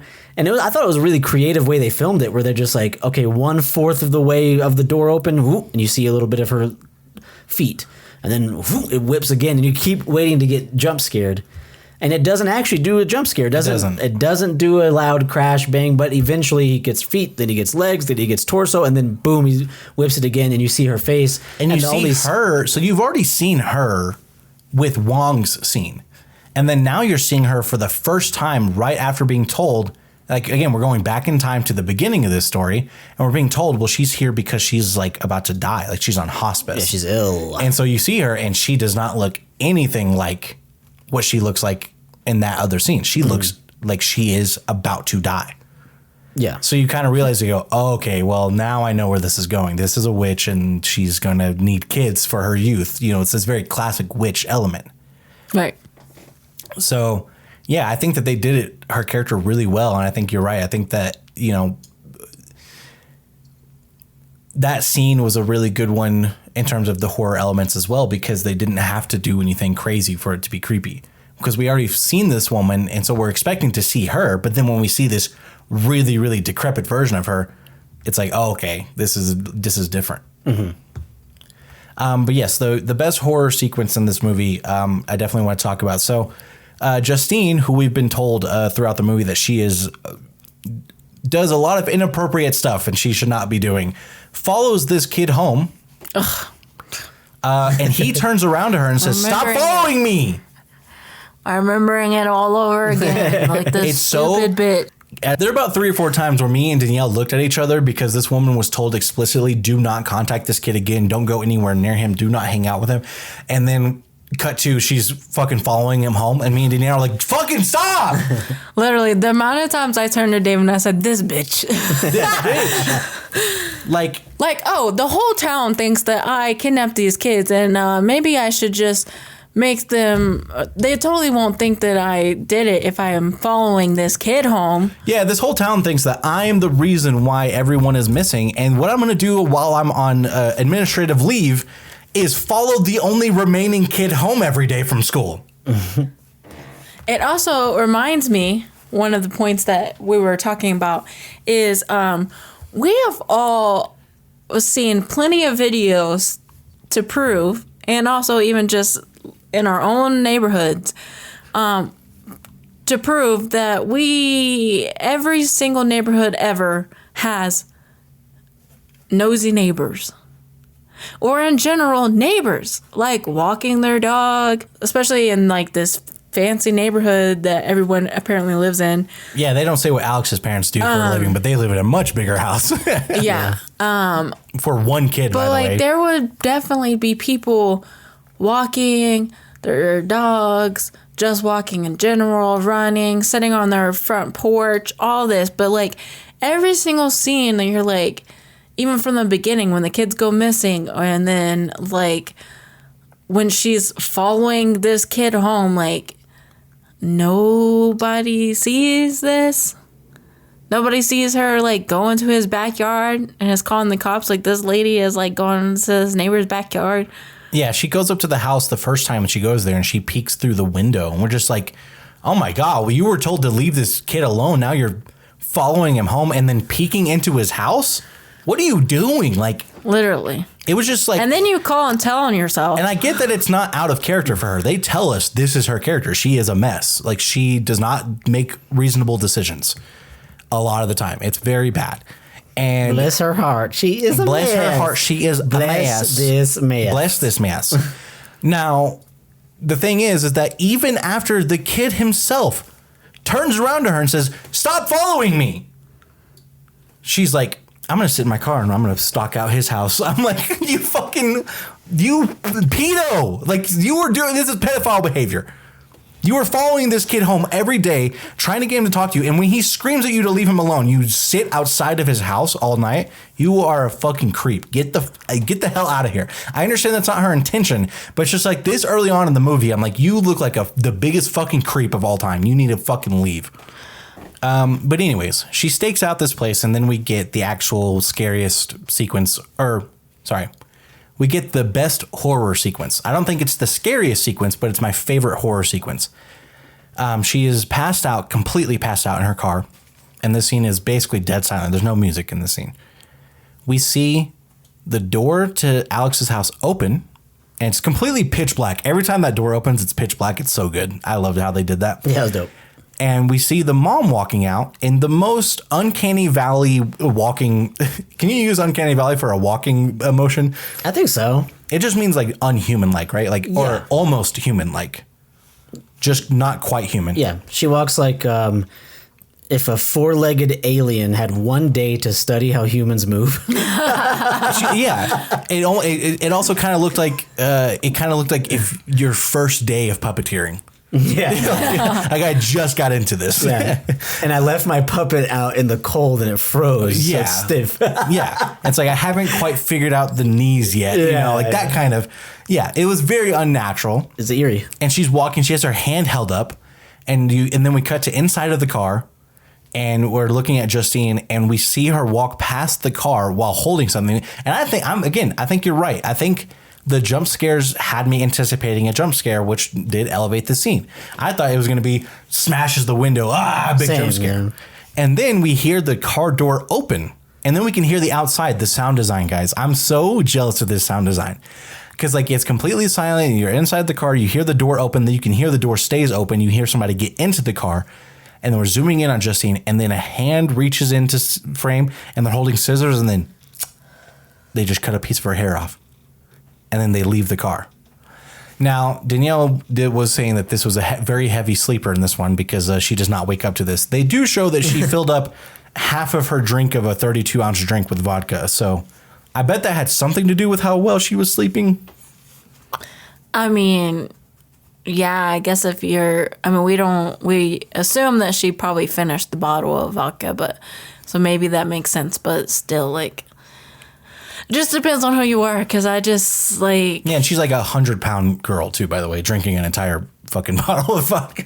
Yeah, I was just... Because I was talking to Daniel about that, too. Like, a lot of... Even, like, when the kids go missing, and it's like, none of the parents even heard their kid going down these 2-story houses first before they even got to the door. That's true, too. Yeah, none of the parents were awoken by their kids leaving. None of them. Yeah, because I can hear when even me and David, like, you know, obviously when I'm really exhausted, but like knowing me as somebody who was somewhat of a deep sleeper, at least when he tried to wake me up and I wanted to punch him in the face, or did punch him in the face. But like, I can hear my dogs going from like my bed to mom's bed to my bed. Like, you know, like I can consciously hear it even when I'm sleeping. You know what I mean? Like, not saying like I get up, but if something concerning sounds like something's going on, like if it's the middle of the night and I can hear mom's like leaving the house, I would be concerned. Yeah, I agree with that. I think that is I mean, if you want to say, well, maybe the magical, you know, space that they were in prevented the parents from waking up. Maybe there's something there. There's definitely ways to explain it away when magic exists, because you would just be like, oh, magic, that's why. Because like even one of the things I thought was kind of a plot hole was that at the end of the movie, when the kids are instructed to attack this woman, they ignore all physical barrier and reality to chase this woman down. They crash through windows, they run through walls, they run through tables, and you know everything. They just go fucking ham trying to get this woman. But then when they leave their houses, they all close the door. Mm-hmm. I was like, so they have the presence of mind to walk through the front door. Every single one of them walks through the front door. And then they don't run until they leave. They all walk out of their house, close the door, and then start running. Well, they're possessed, not rude. Honestly, that whole scene, like at the end, was so fun. I think we were all just busting out laughing. Yeah, it was actually a really funny sequence. It was timed comedically. Yeah, this is actually like a woman going, "Ah!" and then a bunch of kids. "Ah!" Like, this was the like silent film type humor that I was talking about. It was very like, it was all based on framing and physical comedy, and similar to like a Scooby-Doo chase scene through the doors, and like, and it just worked. It was so funny, but the whole time I'm like, man, this old lady fast as hell. For real. She got some wheels, bro. Hey, she's a witch. The way that these kids could not catch up to her, I was like, bro, she kind of, hey, you need to you got a Cowboys jersey? Let me find out. she got though, and but during this sequence, like this is very funny. It was super funny. It worked really well. It's literally a woman being chased by a mob of children running through innocent people's homes, but all of a sudden, in this sequence, they start to do a surprisingly lengthy tracking shot from behind one of these young girls. And I was just like, dude, this is cinema. Like, yeah, like it was that really good filmmaking. Like it's showing her, it's this tracking shot from behind this young girl running through these houses, running through this, and then eventually she runs through a window, and they still are on this tracking shot. Yeah. And I was like, this looks so fucking cool. And that's like the number one shot that I was thinking about in general, but also whenever I found out that it was the same DP as Everything Everywhere All at Once. I was like, no, penetration is. Of course. Dr. Pepper. Sorry.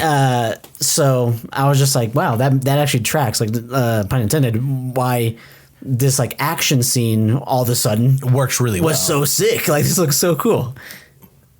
Yeah, no, I think that a lot of the cinematography in this movie was really, really good. Even the way that we go, like in the horror sequence that I was talking about, the way that we start from outside and then we go inside of the car and then we have that still for so long and before we slowly push into her, or the way that we follow Josh Brolin's character in his dream sequence. And there's a lot that was done really well. I think that the cinematography enhanced the horror elements of this movie really well. We kind of went on a little tangent here. What's new? That's how we are. But before our tangent, we were getting into who me and David, I think we agree on, was our favorite character. It was like a good comic relief character, but also just Oh, I was talking about acting. The witch. Oh, really? Yeah. Who are you talking about? The junkie. Oh, really? Okay, well, yeah. I mean, in spoiler-free talk, we were, thought that we had the same discussion on who the best actor in the movie was. I thought the witch was a really good actor. I thought she had one of the best performances of the year. I thought she was phenomenal. She was really, really good. But the dynamic of her character was fantastic. I was surprised how much I liked the acting of the junkie, just because I've seen him in other things where it was kind of meh. And then also, like, the last... what else is he in? The last thing I saw him in, I hated his character. So then it was kind of cool that I liked this character. Yeah, I'm right here with y'all because I agree that my favorite performance of the movie was the witch, but in a very close second was this drug addict. Because I've seen, like you said, I've seen this kid act in other stuff. He was in Paper Towns. He played Q's best friend. And that, obviously that book, holds a really special place in my heart. So I remember seeing that movie, or at least some of it, and I was like, hey, I've just seen this kid play so many did you say cheesy? I don't know if you use that word, but he's played a lot of roles that are just very cheesy, and they don't even allow him to act very well. But I was so impressed by his performance in this movie.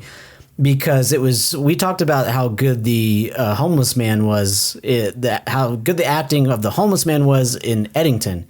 And this is the same level for me. I thought this was an unbelievably good performance of a drug addict. Yeah, and the phone call was really good. He has this long phone call. The way that he just like kind of like talks, and he's like super, like he talks in this really desperate, I need something way, and he mumbles, and he's in and out of like actual consciousness a little bit because he's just trying to get his fix, and he's like, am I even still high? The fact that I love the fact that I love the detail of when he's on that phone call, he's just trying every single car door he can. Yeah. And it's almost like scratching an itch. Yeah. It's like second nature to just do. It was interesting to see this character. I think that he did do really well. His scenes in the pawn shop were really good. The phone call was really good. And like, it was also just really good, like, not hearing the other person on the line kind of thing, but everything that they're saying and how they're saying it just based on his reaction and the way that he like interrupts them and stuff. It's really good. Yeah. I think he just did really well. Like, he did well in the creepy scene where he's like, she goes in and he runs at her or whatever when she passes the salt line or whatever. Yeah. And then, but he's also good in his comedy scenes, and he's also good like. Oh, are you remembering his his junkie attacking scenes. scene? His attacking scene was legit funny when he's attacking Josh Brolin. Yeah. And he gets thrown to the ground, and he's like, and then he wakes up and goes, ah, and starts attacking again, and then he gets beat up and falls to the ground. He does it like 6 times. Fucking so funny. It's like rule of 3 He for comedy. throws him around the room like a rag doll, and every time Yeah. he just gets right back Which up. is like, just like, yeah, if Josh Brolin was fighting in Junkie, he would throw that motherfucker across the room. But it was really good, and it was like, it's like rule of 3 for comedy, rule of 6 for absurdity, you know? So it's like, you know, at a certain point, it's like, okay, this is fucking ridiculous. This is ridiculous. It got to a point where everyone was laughing like the whole time. So Yeah, it was great. I love that. But yeah, I you're think right. His probably character, the funniest scene. his character is funny and serious. Like, he's good when he's being serious, but he's also good when he's being funny. But yeah, I think that all of the characters do well. I think they're all good actors. I think Alex is one of my favorite performances in the movie as well, because his character is so good at, you know, this, just like, I guess, a quiet kid, you know, he's this quiet kid. And, you know, when it becomes like clear that something is wrong at home, like, he changes his personality. Like, it's one of those things where it's like only a teacher could understand the, you know, a kid who's just quiet because he's shy and quiet, and then a kid who's quiet because something's going on at home. Yeah. You know what I mean? And that subtle difference, he does really well when that switch happens for him. And like even the scenes of him feeding his parents and just showing like how young he is. You know what I'm saying? It's like, I'm sure this kid could have fed his parents normally, but he's like struggling to lift the spoon up. He puts way too much food on there at once. And it's just like, it's so sad. Like, it makes me feel so bad for him. But you know, that's why, but it just creates this resilience for him too, you know? Makes me so sad. Also, speaking of the hair thing, this is kind of not really like a plot hole, but I think you're right that she should have cut this shit off. And I'll tell you why. Because he gets her ass by getting her little hair bonnet thing that she wears earlier in the movie and putting her hair around the stick and snapping it.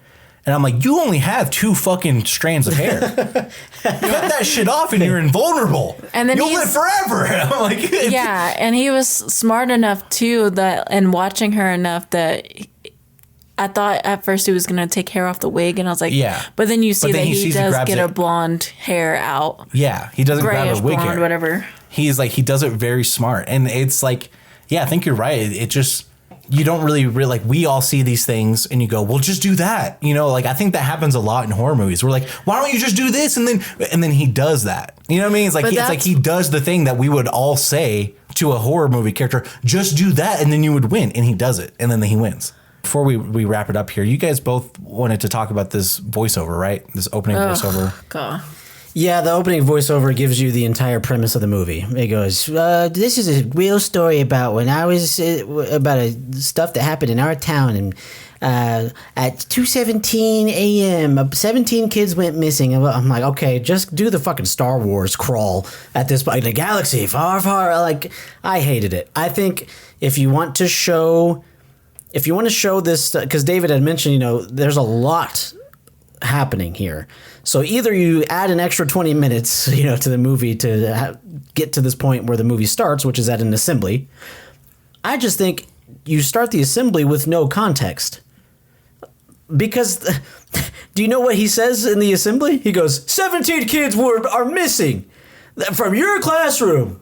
Yeah. Okay, you just told me what we were just told in voiceover.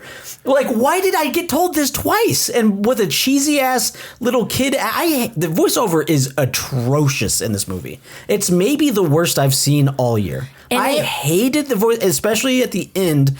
So that's my thing with the beginning. You don't even have to do all. You set it up that way, but also you could do an Oppenheimer, and while she's talking at the assembly, having little flashes to, if you want to, if maybe that's why you want to do this, is so that you can have these cool sequences of showing the kids running out, which they do in the middle. Which they do anyways, yeah. Because he investigates and.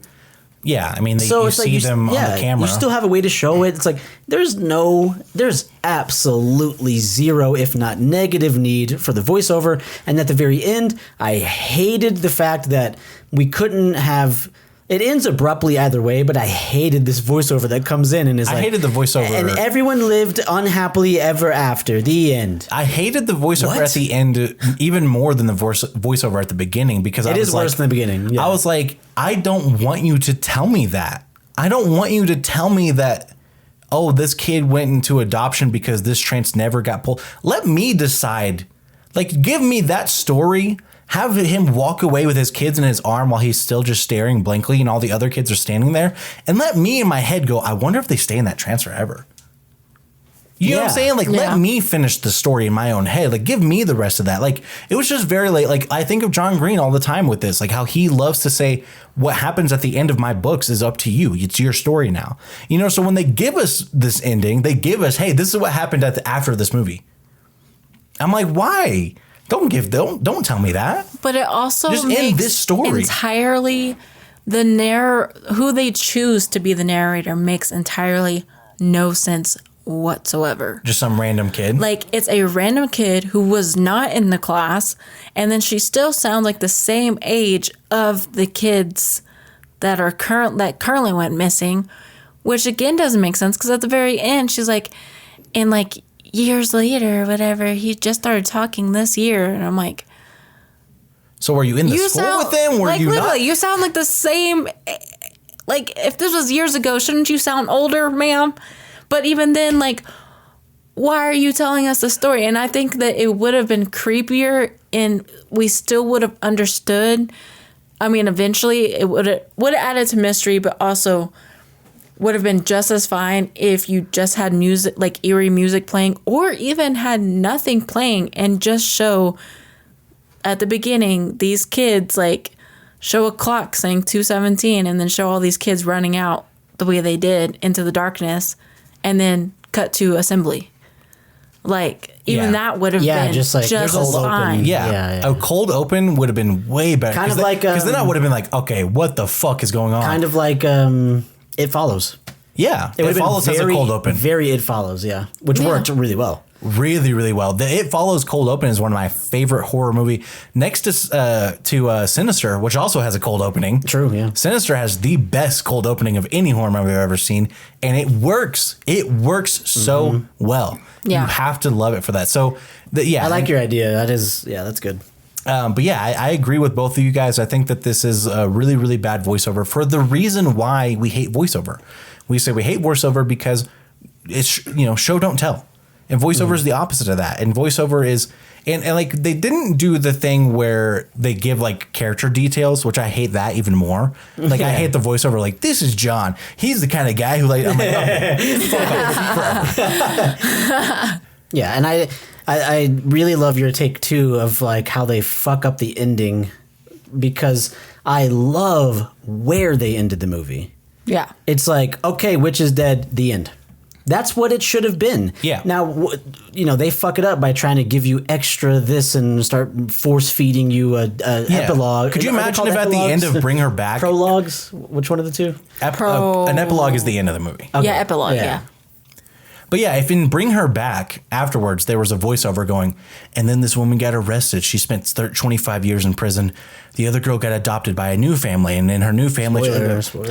Yeah, there's no reason to add that. There's no reason to add that at all for a fictional movie.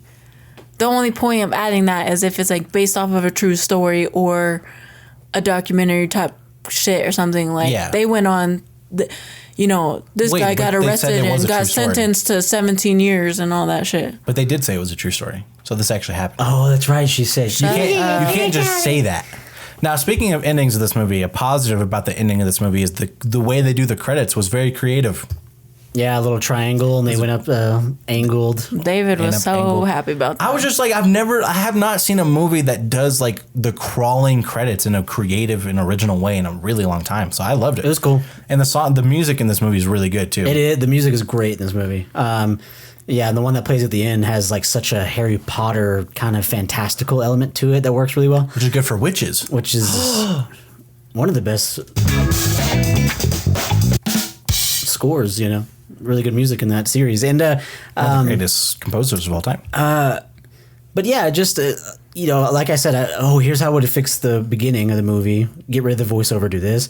The ending, you can do one of two things, in my opinion. You can just show the dad walking down the street with his son and then start, boom, directed by Zach Cregger, and just start your credits there with a long take of them walking down the road.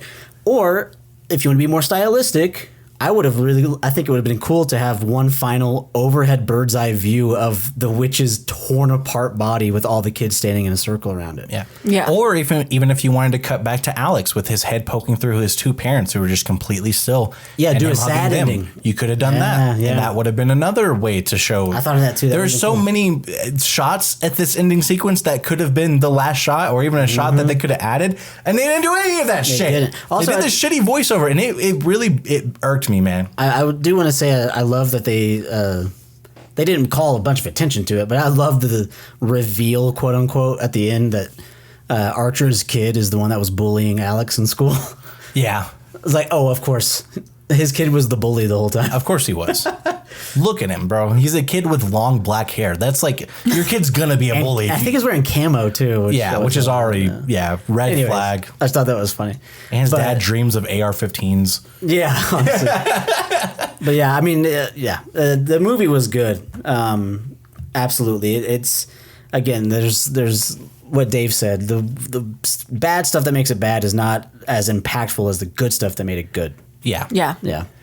But yeah, my favorite part of this movie was the sequence of the witch getting torn apart. It was the best gore in the movie, and it was one of the best visuals I have seen in a long time. I fucking loved it. It was brutal. It was gruesome. It was gory. It was realistic. It again reinforced my opinions about Final Destination Bloodlines because fuck that CGI gore shit. And yeah, Can we mention too? I just wanted you to talk about it a bit. It's like we're saying they tore her.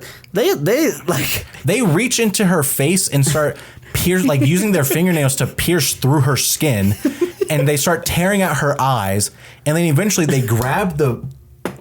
they reach their hands into her mouth, grab her upper jaw, and rip her head not off, apart. Imagine from the inside of your mouth where it goes into your throat, they hook into that part and then rip the front part of her head off of the back part of her head.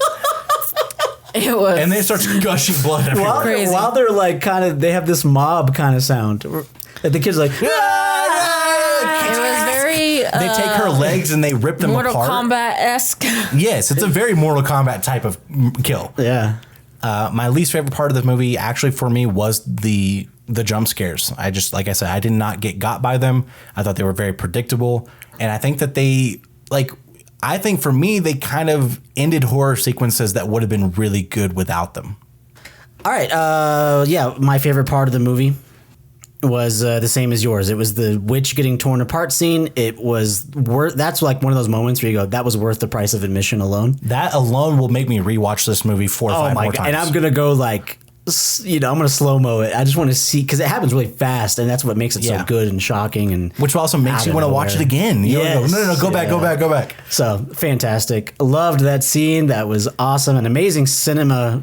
To have that at the end of this Benny Hill chase scene, too. It's just It goes from funny to just horrific, but also that is also funny. I was laughing. It's like a culmination of the whole movie because it's funny and horrific and brutal and it's hilarious. Anyways, it was great.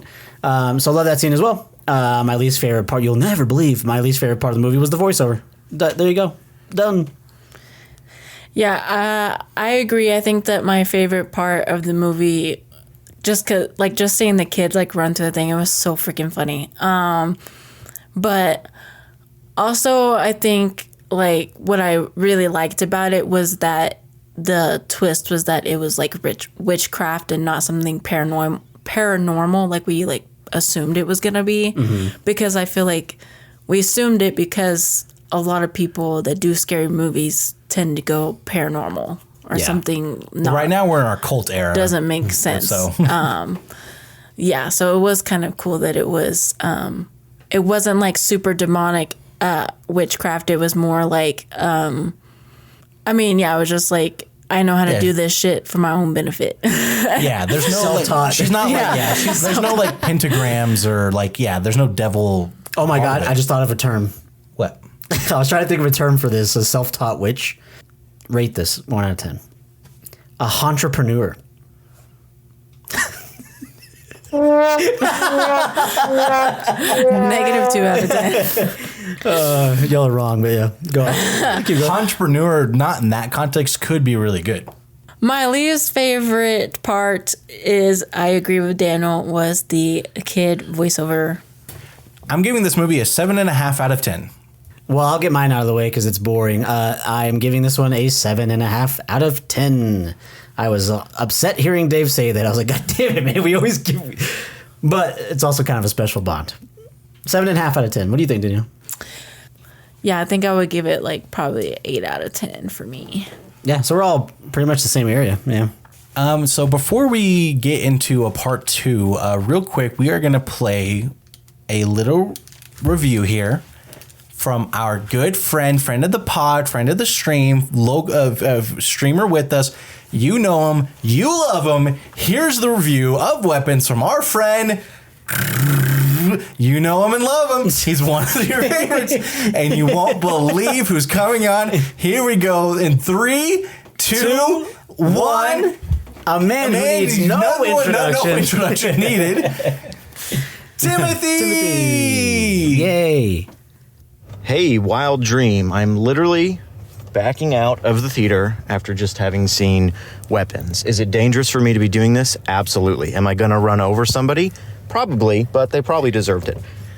Okay, so Weapons. When I saw the trailer for this, I was really excited. I was like, hey, I enjoyed Barbarian. I like Zach Cregger. This looks interesting. You know, I did not anticipate this movie being like, I'm going to be shitting my pants. And that's okay. It seemed more like not a crime thriller, but just a really intense, weird movie. And I like that about Zach Cregger. I went back and rewatched Barbarian, and I watched some interviews with him. And, you know, I honestly really appreciate his honesty that sometimes, you know, he's aware that the logic doesn't always line up. And that sometimes he's like, what would be really scary if I just put this in the movie? And then he figures out a way to work it.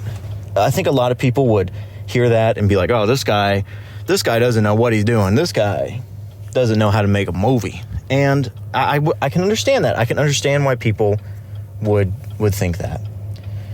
I enjoy it. I enjoy the fact that he's a little more off the cuff and that he's willing to just kind of do some things that are just, again, weird and strange and just like, what the hell are you thinking, buddy?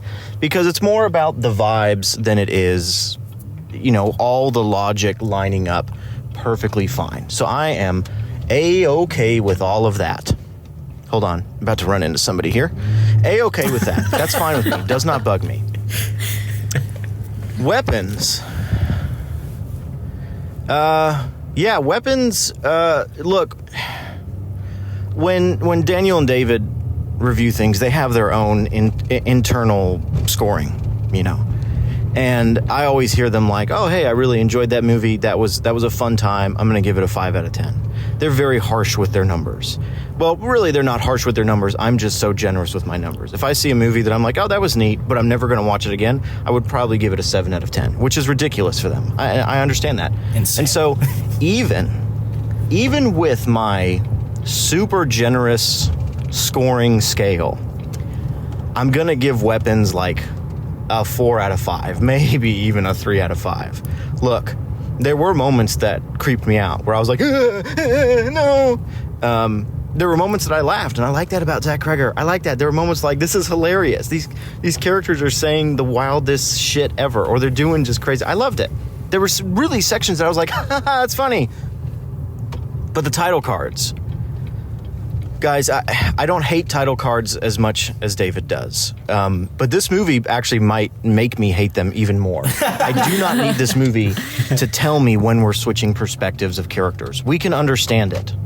We can understand it when we see the same scene happening from a different perspective. I'm not sitting there in the theater going, wait a second, this already happened. How did this happen again? Wait a second. Oh, thank God there was a fucking title card to tell me what was going on because I didn't know. Oh, this guy's name is Chase. This guy's name is Alex. Oh, I'm sure happy that This sounds like a David that rant. the title card tell me who the name was. Otherwise, I wouldn't have known who was who. Josh Brolin? No, I didn't know his. Look, I'm trying to be generous. I really am, because there were some aspects of the movies that I was like, dude, like the beginning of the movie, like these kids just got up and they just walked into the darkness. I was like, damn, this shit's spooky. Ugh. And then the more and more I saw, I was like, all right, okay, fuck them kids, whatever, man. Let them go into the dark. Fuck this shit. You know. And again, I don't want to say that this is an absolutely dog shit movie. There was the bad guy, the witch lady. I thought she was hilarious. I loved her. She was so funny. I was like, dude, this lady is awesome. Put this lady in more movies. But the fact that she would like show up here and there as like a clown, I thought something was going to happen with that. And I know people are going to be like, oh, well, really, if you think it's these people, you know, they're psychologically... Dude, shut the fuck up, you know? Like, oh, no, didn't you see that they were talking about ants on the TV and how the ants, you know, are a colony and there's a queen that... Dude, shut the fuck up. This is not deep, okay? It's this little motherfucking old lady with a red wig who takes control of people and makes them fight each other, okay? It's called Weapons. Did you get it? Because they're like heat-seeking missiles. Did you get it? Did you get it when Josh Brolin looked up into the sky and he saw a fucking machine gun, whatever it is? David can correct me on what type of gun it was, just floating in the air. When I saw that, I rolled my eyes and said, "All right, that's it. This is not doing it, man." You know. Oh, no, but then if you actually look into it, the time that the children ran out, if you look at the clock... Shut the fuck up. 4 out of 10. Fuck you. 4 out of 10. He said 4 out of 5. He did say 4 out of 5, but I was about to say, I think he meant to say 4 out of 10. Wow. Very different opinion. Very different opinion. That's okay. You know, he has not heard Wild Dream yet. So he doesn't know if the movie's good or not. He doesn't know that he's wrong. He doesn't know that he's wrong and the movie was good. And that's okay. Timothy, I hope you're listening to this. I hope you're listening to this and you realize now that the movie was good. But I do think, like, hearing that review, I think that one of the biggest blocks or differences, I guess I should say, is Timothy was reading into what this was about. Oh, and we didn't. And we didn't. I was like, yeah, this meant nothing to me. There was no, like they mentioned, I forgot that there was like mentions of parasites all the time on the. But I think part of it is that I think he already read other people's opinions about it going into the movie. Maybe, yeah. I think that's part of where he's coming from. That maybe he was reading stuff where people were like, oh, this thing means this and this thing means that. And he's like, I don't like that. Well, it's like, well, we didn't do that. We didn't read these opinions first because we only Wild Dream can tell you if a movie was good.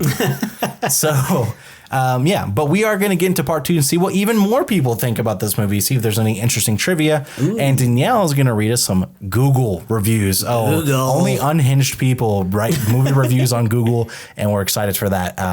So we will be right back.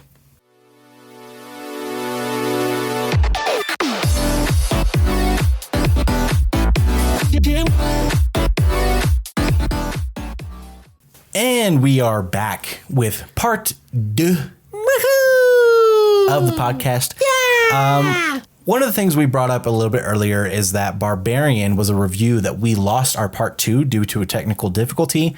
And we remember it being one of the best part 2s we ever had, but we do not remember why. We just remember it was really good and we were really excited for people to hear it. We were stoked, yeah. And then when I had to break the news to Dan, he was like, no, it was so good. And I don't remember what we said because it's gone forever. So, triple checking. We are recording. We're good there. And if the audio file gets damaged or whatever, I will fucking call you guys back and we will re-record this because we're not losing 2 part 2s. The IMDb trivia is actually pretty good for this one. Let's go. Which is like a first for a long time. Now, there is some fucking dog shit stuff in here. They need a room. There's one that, this is Julie Garner's 4th horror movie. Who gives a fuck? That has nothing to do with this movie. One of the things that it brings up a lot is about the studio aspect of this, which I guess was kind of a story like Jordan Peele was potentially going to be involved. It is interesting to see how many studios were fighting over this movie. I guess Barbarian must have been crazy profitable. But one of the things that I wanted to mention was that Netflix had matched the offer for New Line Cinema, but they couldn't guarantee a theatrical release. So the Zach Cregger said no. So I love that because this movie, we said in the review, this movie deserves to be watched in theaters. Oh, yeah. So thank God that they made that decision. Arthur's son, Matthew, goes missing at 2:17. And the Bible description, or the Bible verse, Matthew 2:17, is about a massacre of children and the slaughter of innocents. So here's one of the things. Why you didn't already know that, David? One of the things that I love about this movie is they talk a lot about in this trivia about the screen testing that they did. They did a lot of that. One of the things that happened because of the screen testing is that they had a backstory for Gladys that got removed from the movie. So the witch character had backstory that got removed. Me and Daniel both like, thank God. You know, that would have been awful if you had told us how she became a witch or whatever. Yeah, lame. Yeah. And it's already 2 hours. We're good. Exactly. And one of the things that they mentioned is that there were more written jokes that were in the movie originally. And the director said that any like written joke that did not get a laugh, he removed. He's like, it's not a comedy movie. He was like, he wanted the movie to be funny. He wrote and he said the thing, and what he realized is that the lines where a character is not acting within their character did not get a laugh. When they were trying to be funny, they didn't laugh. So it's like, yeah, a character waking up from a horrific nightmare and going, what the fuck?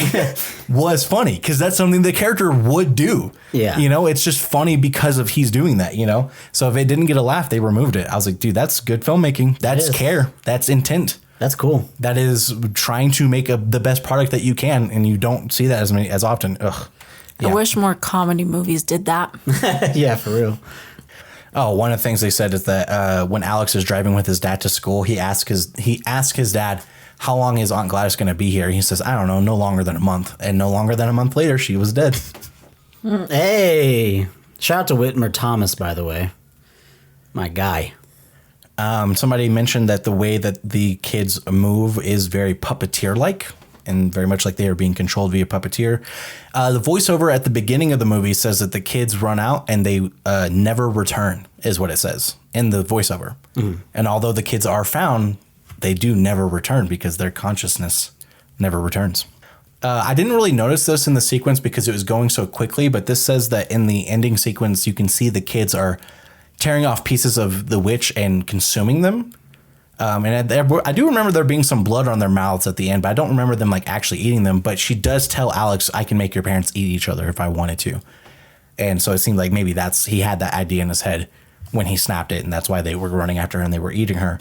But yeah, the last thing I just wanted to mention was that they, that this juxtaposition that they kind of set with this idea of parasites. Timothy mentioned this in his review. They're watching this thing about ants and parasites and how it controls, makes them do whatever they wanted. And this witch being a parasite in this town, Justine is giving a lesson on parasites in her classroom, and all this stuff. But I think a more interesting thing that is mentioned in the trivia is this idea of not being able to control yourself or having something else be in control of you. And how much addiction plays into this movie, because there are at least 3 characters that are addicts, because we have 2 alcoholics and a drug addict, and just how much their life is controlled by their addiction. I think that was a more strong metaphor or simile of not having your own control than the parasite thing was. The other thing that they mentioned about Archer was just like he more fits into the parasite thing, saying that they think that he's a parasite on this town. I mean, he's the one who vandalizes this woman's car. He's the one who causes the uproar at the school assembly. And he is the person who will not acknowledge that other people's kids are also missing throughout the whole movie, that he will not be a part of this community. And I think that's something that we didn't really talk about, his character. And he's a grieving dad and I feel bad for him, but he is also kind of a piece of shit. He really does not give a single fuck about any of the other kids missing. And his kid is a bully at school. Not surprising. Yeah. And they mentioned this, even the cops are someone needs to tell that guy that his kid's not the only one missing. Now, of course, these cops are fucking stupid as shit and they're not doing a goddamn thing to help find these kids at all. But it is even to the end of the movie, that when the kids he finds all the kids and he just walks right past them looking for his. You know what I'm saying? He's not like, everyone come up here, or hey, you know, and start trying to get the kids out of there. He just is looking for his kid only. And then when they killed the girl, he just picks his kid up and walks away. I'm like, dude, this guy is the most selfish fucking prick ever. He really is. All right. I mean, selfish, but why are none of the other parents doing anything like he is to try and find his Because they're not Thanos, man. Because they're not Thanos, bro. He's powerful. But you know what, though? I understand, like, when you saw one of them wouldn't even show him the freaking I camera. get that, though. I get that, because you don't know who took these kids. It could be him. Mm-hmm. It could be one of the other parents. You have no idea where your kid is. You don't have to give And I'm not helping anybody but the cops. I'm not helping another parent, you know, in that specific way. Because I'm like, you know what? This guy could be the person who took these kids. Plus, he didn't pitch it very well. He didn't say anything about his theory. He just said, "I just need to see that video of your kid." But he barely didn't even ask either. Let me see the video of your kid. He's like, slow it down. It's not like he was like, "Why? What do you know? Do you have a theory?" Blah blah blah. Like he was just like, "Why you need to see it?" No, she didn't even say that. She said, "I don't feel comfortable with that." Yeah, that's fine. I wouldn't feel comfortable with it either. Danielle, what do you have for us? Not much, because honestly, the reviews are like too boring to like really read the review full out. But what I will say is, reading a lot of the views, it is like they either loved it or they hated it, and it's kind of funny, like hearing Timothy's review and then now ours. That's kind of like the same reasoning. Like if you're reading too much into the plot, or like into like, why does this happen here, that doesn't make sense, and things like that, that's why a lot of people didn't like the movie. But like us, where we just appreciated something creepy being in there, even if it didn't make sense, and just liked that it was just there. So that's kind of how it was. And a lot of people did like that it was not paranormal type stuff, like I was saying, that it was more just creepy and still funny and like different, I guess. A lot of people were saying that it was just as good as Sinners. They were comparing a lot to Sinners. I thought more Barbarian would come up, but a lot of people were saying like that and Sinners was like the best movies recently. I definitely don't compare this one to Sinners, but the reason why I did think about Longlegs a lot is because of the witch character, which Longlegs, spoiler alert, also has someone doing like witchcraft type stuff. But it was just like a very uncanny valley character who looks creepy and weird and is old and does witchcraft. And this one and they're both crazy. This one is way better. I think she's just more multifaceted, more calculated. Like the one in Longlegs, I'm like, you look so crazy. I don't believe you would have gotten away with murders for this long. For her, I'm like, I think you would get away with this for as long as you did. It's funny that Barbarian is one of the movies we mention of. I would really love to re-rate that, because I also feel probably just as strong about Longlegs. For opposite reasons. I think I gave it a 4 and you wanted to give it a 2? No, I gave Longlegs a 5. Oh, I think I gave it a 4. Was I lower on Longlegs than you? Well, no, because that's why I'm like, I really wish I could re-rate that, because I think it should be lower. Okay. And then I think Barbarian should be at least 1 point higher. I still have plenty of qualms. I think we gave with that Barbarian movie. a 4 as well. Yeah, I gave Barbarian. think it deserves at least So I would a 5. switch. I wouldn't switch them. I gave Barbarian a 3. I would put Barbarian at a 4. I would put Longlegs at a 4 as well. Like, I think they're both a 4 for me. So anyways, I just think that's kind of funny. But yeah, so I saw we didn't mention this line because, believe it or not, we're not going to mention every single line in the movie. I don't know why we don't. Someone said there's a point in the movie where Gladys is telling some of the people that work at the school why the parents are sick. They said, yeah, they have a bad case of consumption. Oh, yeah. And he asks, I'm sorry, could you like clarify that for me? I don't know what that means. He goes, do you mean TB? Because they do call tuberculosis consumption. That was its like original name. Yeah. I actually told Danielle that because I read John Green's book about tuberculosis, and I said, consumption means tuberculosis. And she's like, really? And then he goes, do you mean like tuberculosis? Or I was like, So that I read. Someone mentions that in the comments on the Reddit thread, saying that Gladys refers to Alex's parents' sickness as consumption, which is just indicating how old she really is, because that's not what they call that anymore. So it's a good little detail. I thought that was cool. Yeah. Someone said, when it gets to the final scene, and it seems like it's just going to be Julia Garner and Josh Brolin versus the witch, as much as I had enjoyed it up to that point, I was kind of like, this is like a little underwhelming. But then 17 kids chased a witch through suburban America and ripped her to shreds with their bare hands. Thought that was pretty well said. You know what? I had that same kind of like, what are they going to do here? where are we going? But after Barbarian, I was like, they're going to do something. Yeah. They're going to do fucking something. You're right. There's no way You're they're just going to yeah. white savior this movie. For sure. Someone said, you know what? Someone wanting to stay in your house and dirty needles really are peak horror now that I think about it. I think they have a good point. Those are two very scary things. Yeah. Just those on their own. Someone said, if I had a nickel for every time a member of a former sketch comedy group became one of the best horror directors today, I'd have 2 nickels, which isn't a lot, but it's crazy that it happened twice. Yes. Classic format. Doofenshmirtz. And then the last comment, maybe no one else will think this is as funny as I do. Oh, and that's a reference to the Philippou brothers, for those who don't know, who made Bring Her Back and Talk to Me. No. No? That is Jordan Peele. Jordan Peele. Oh, but the Philippou brothers also did sketch comedy. I guess they did, huh? On their own, yeah. Oh, well, I guess that's 3. 3 nickels 3 you nickels. would have.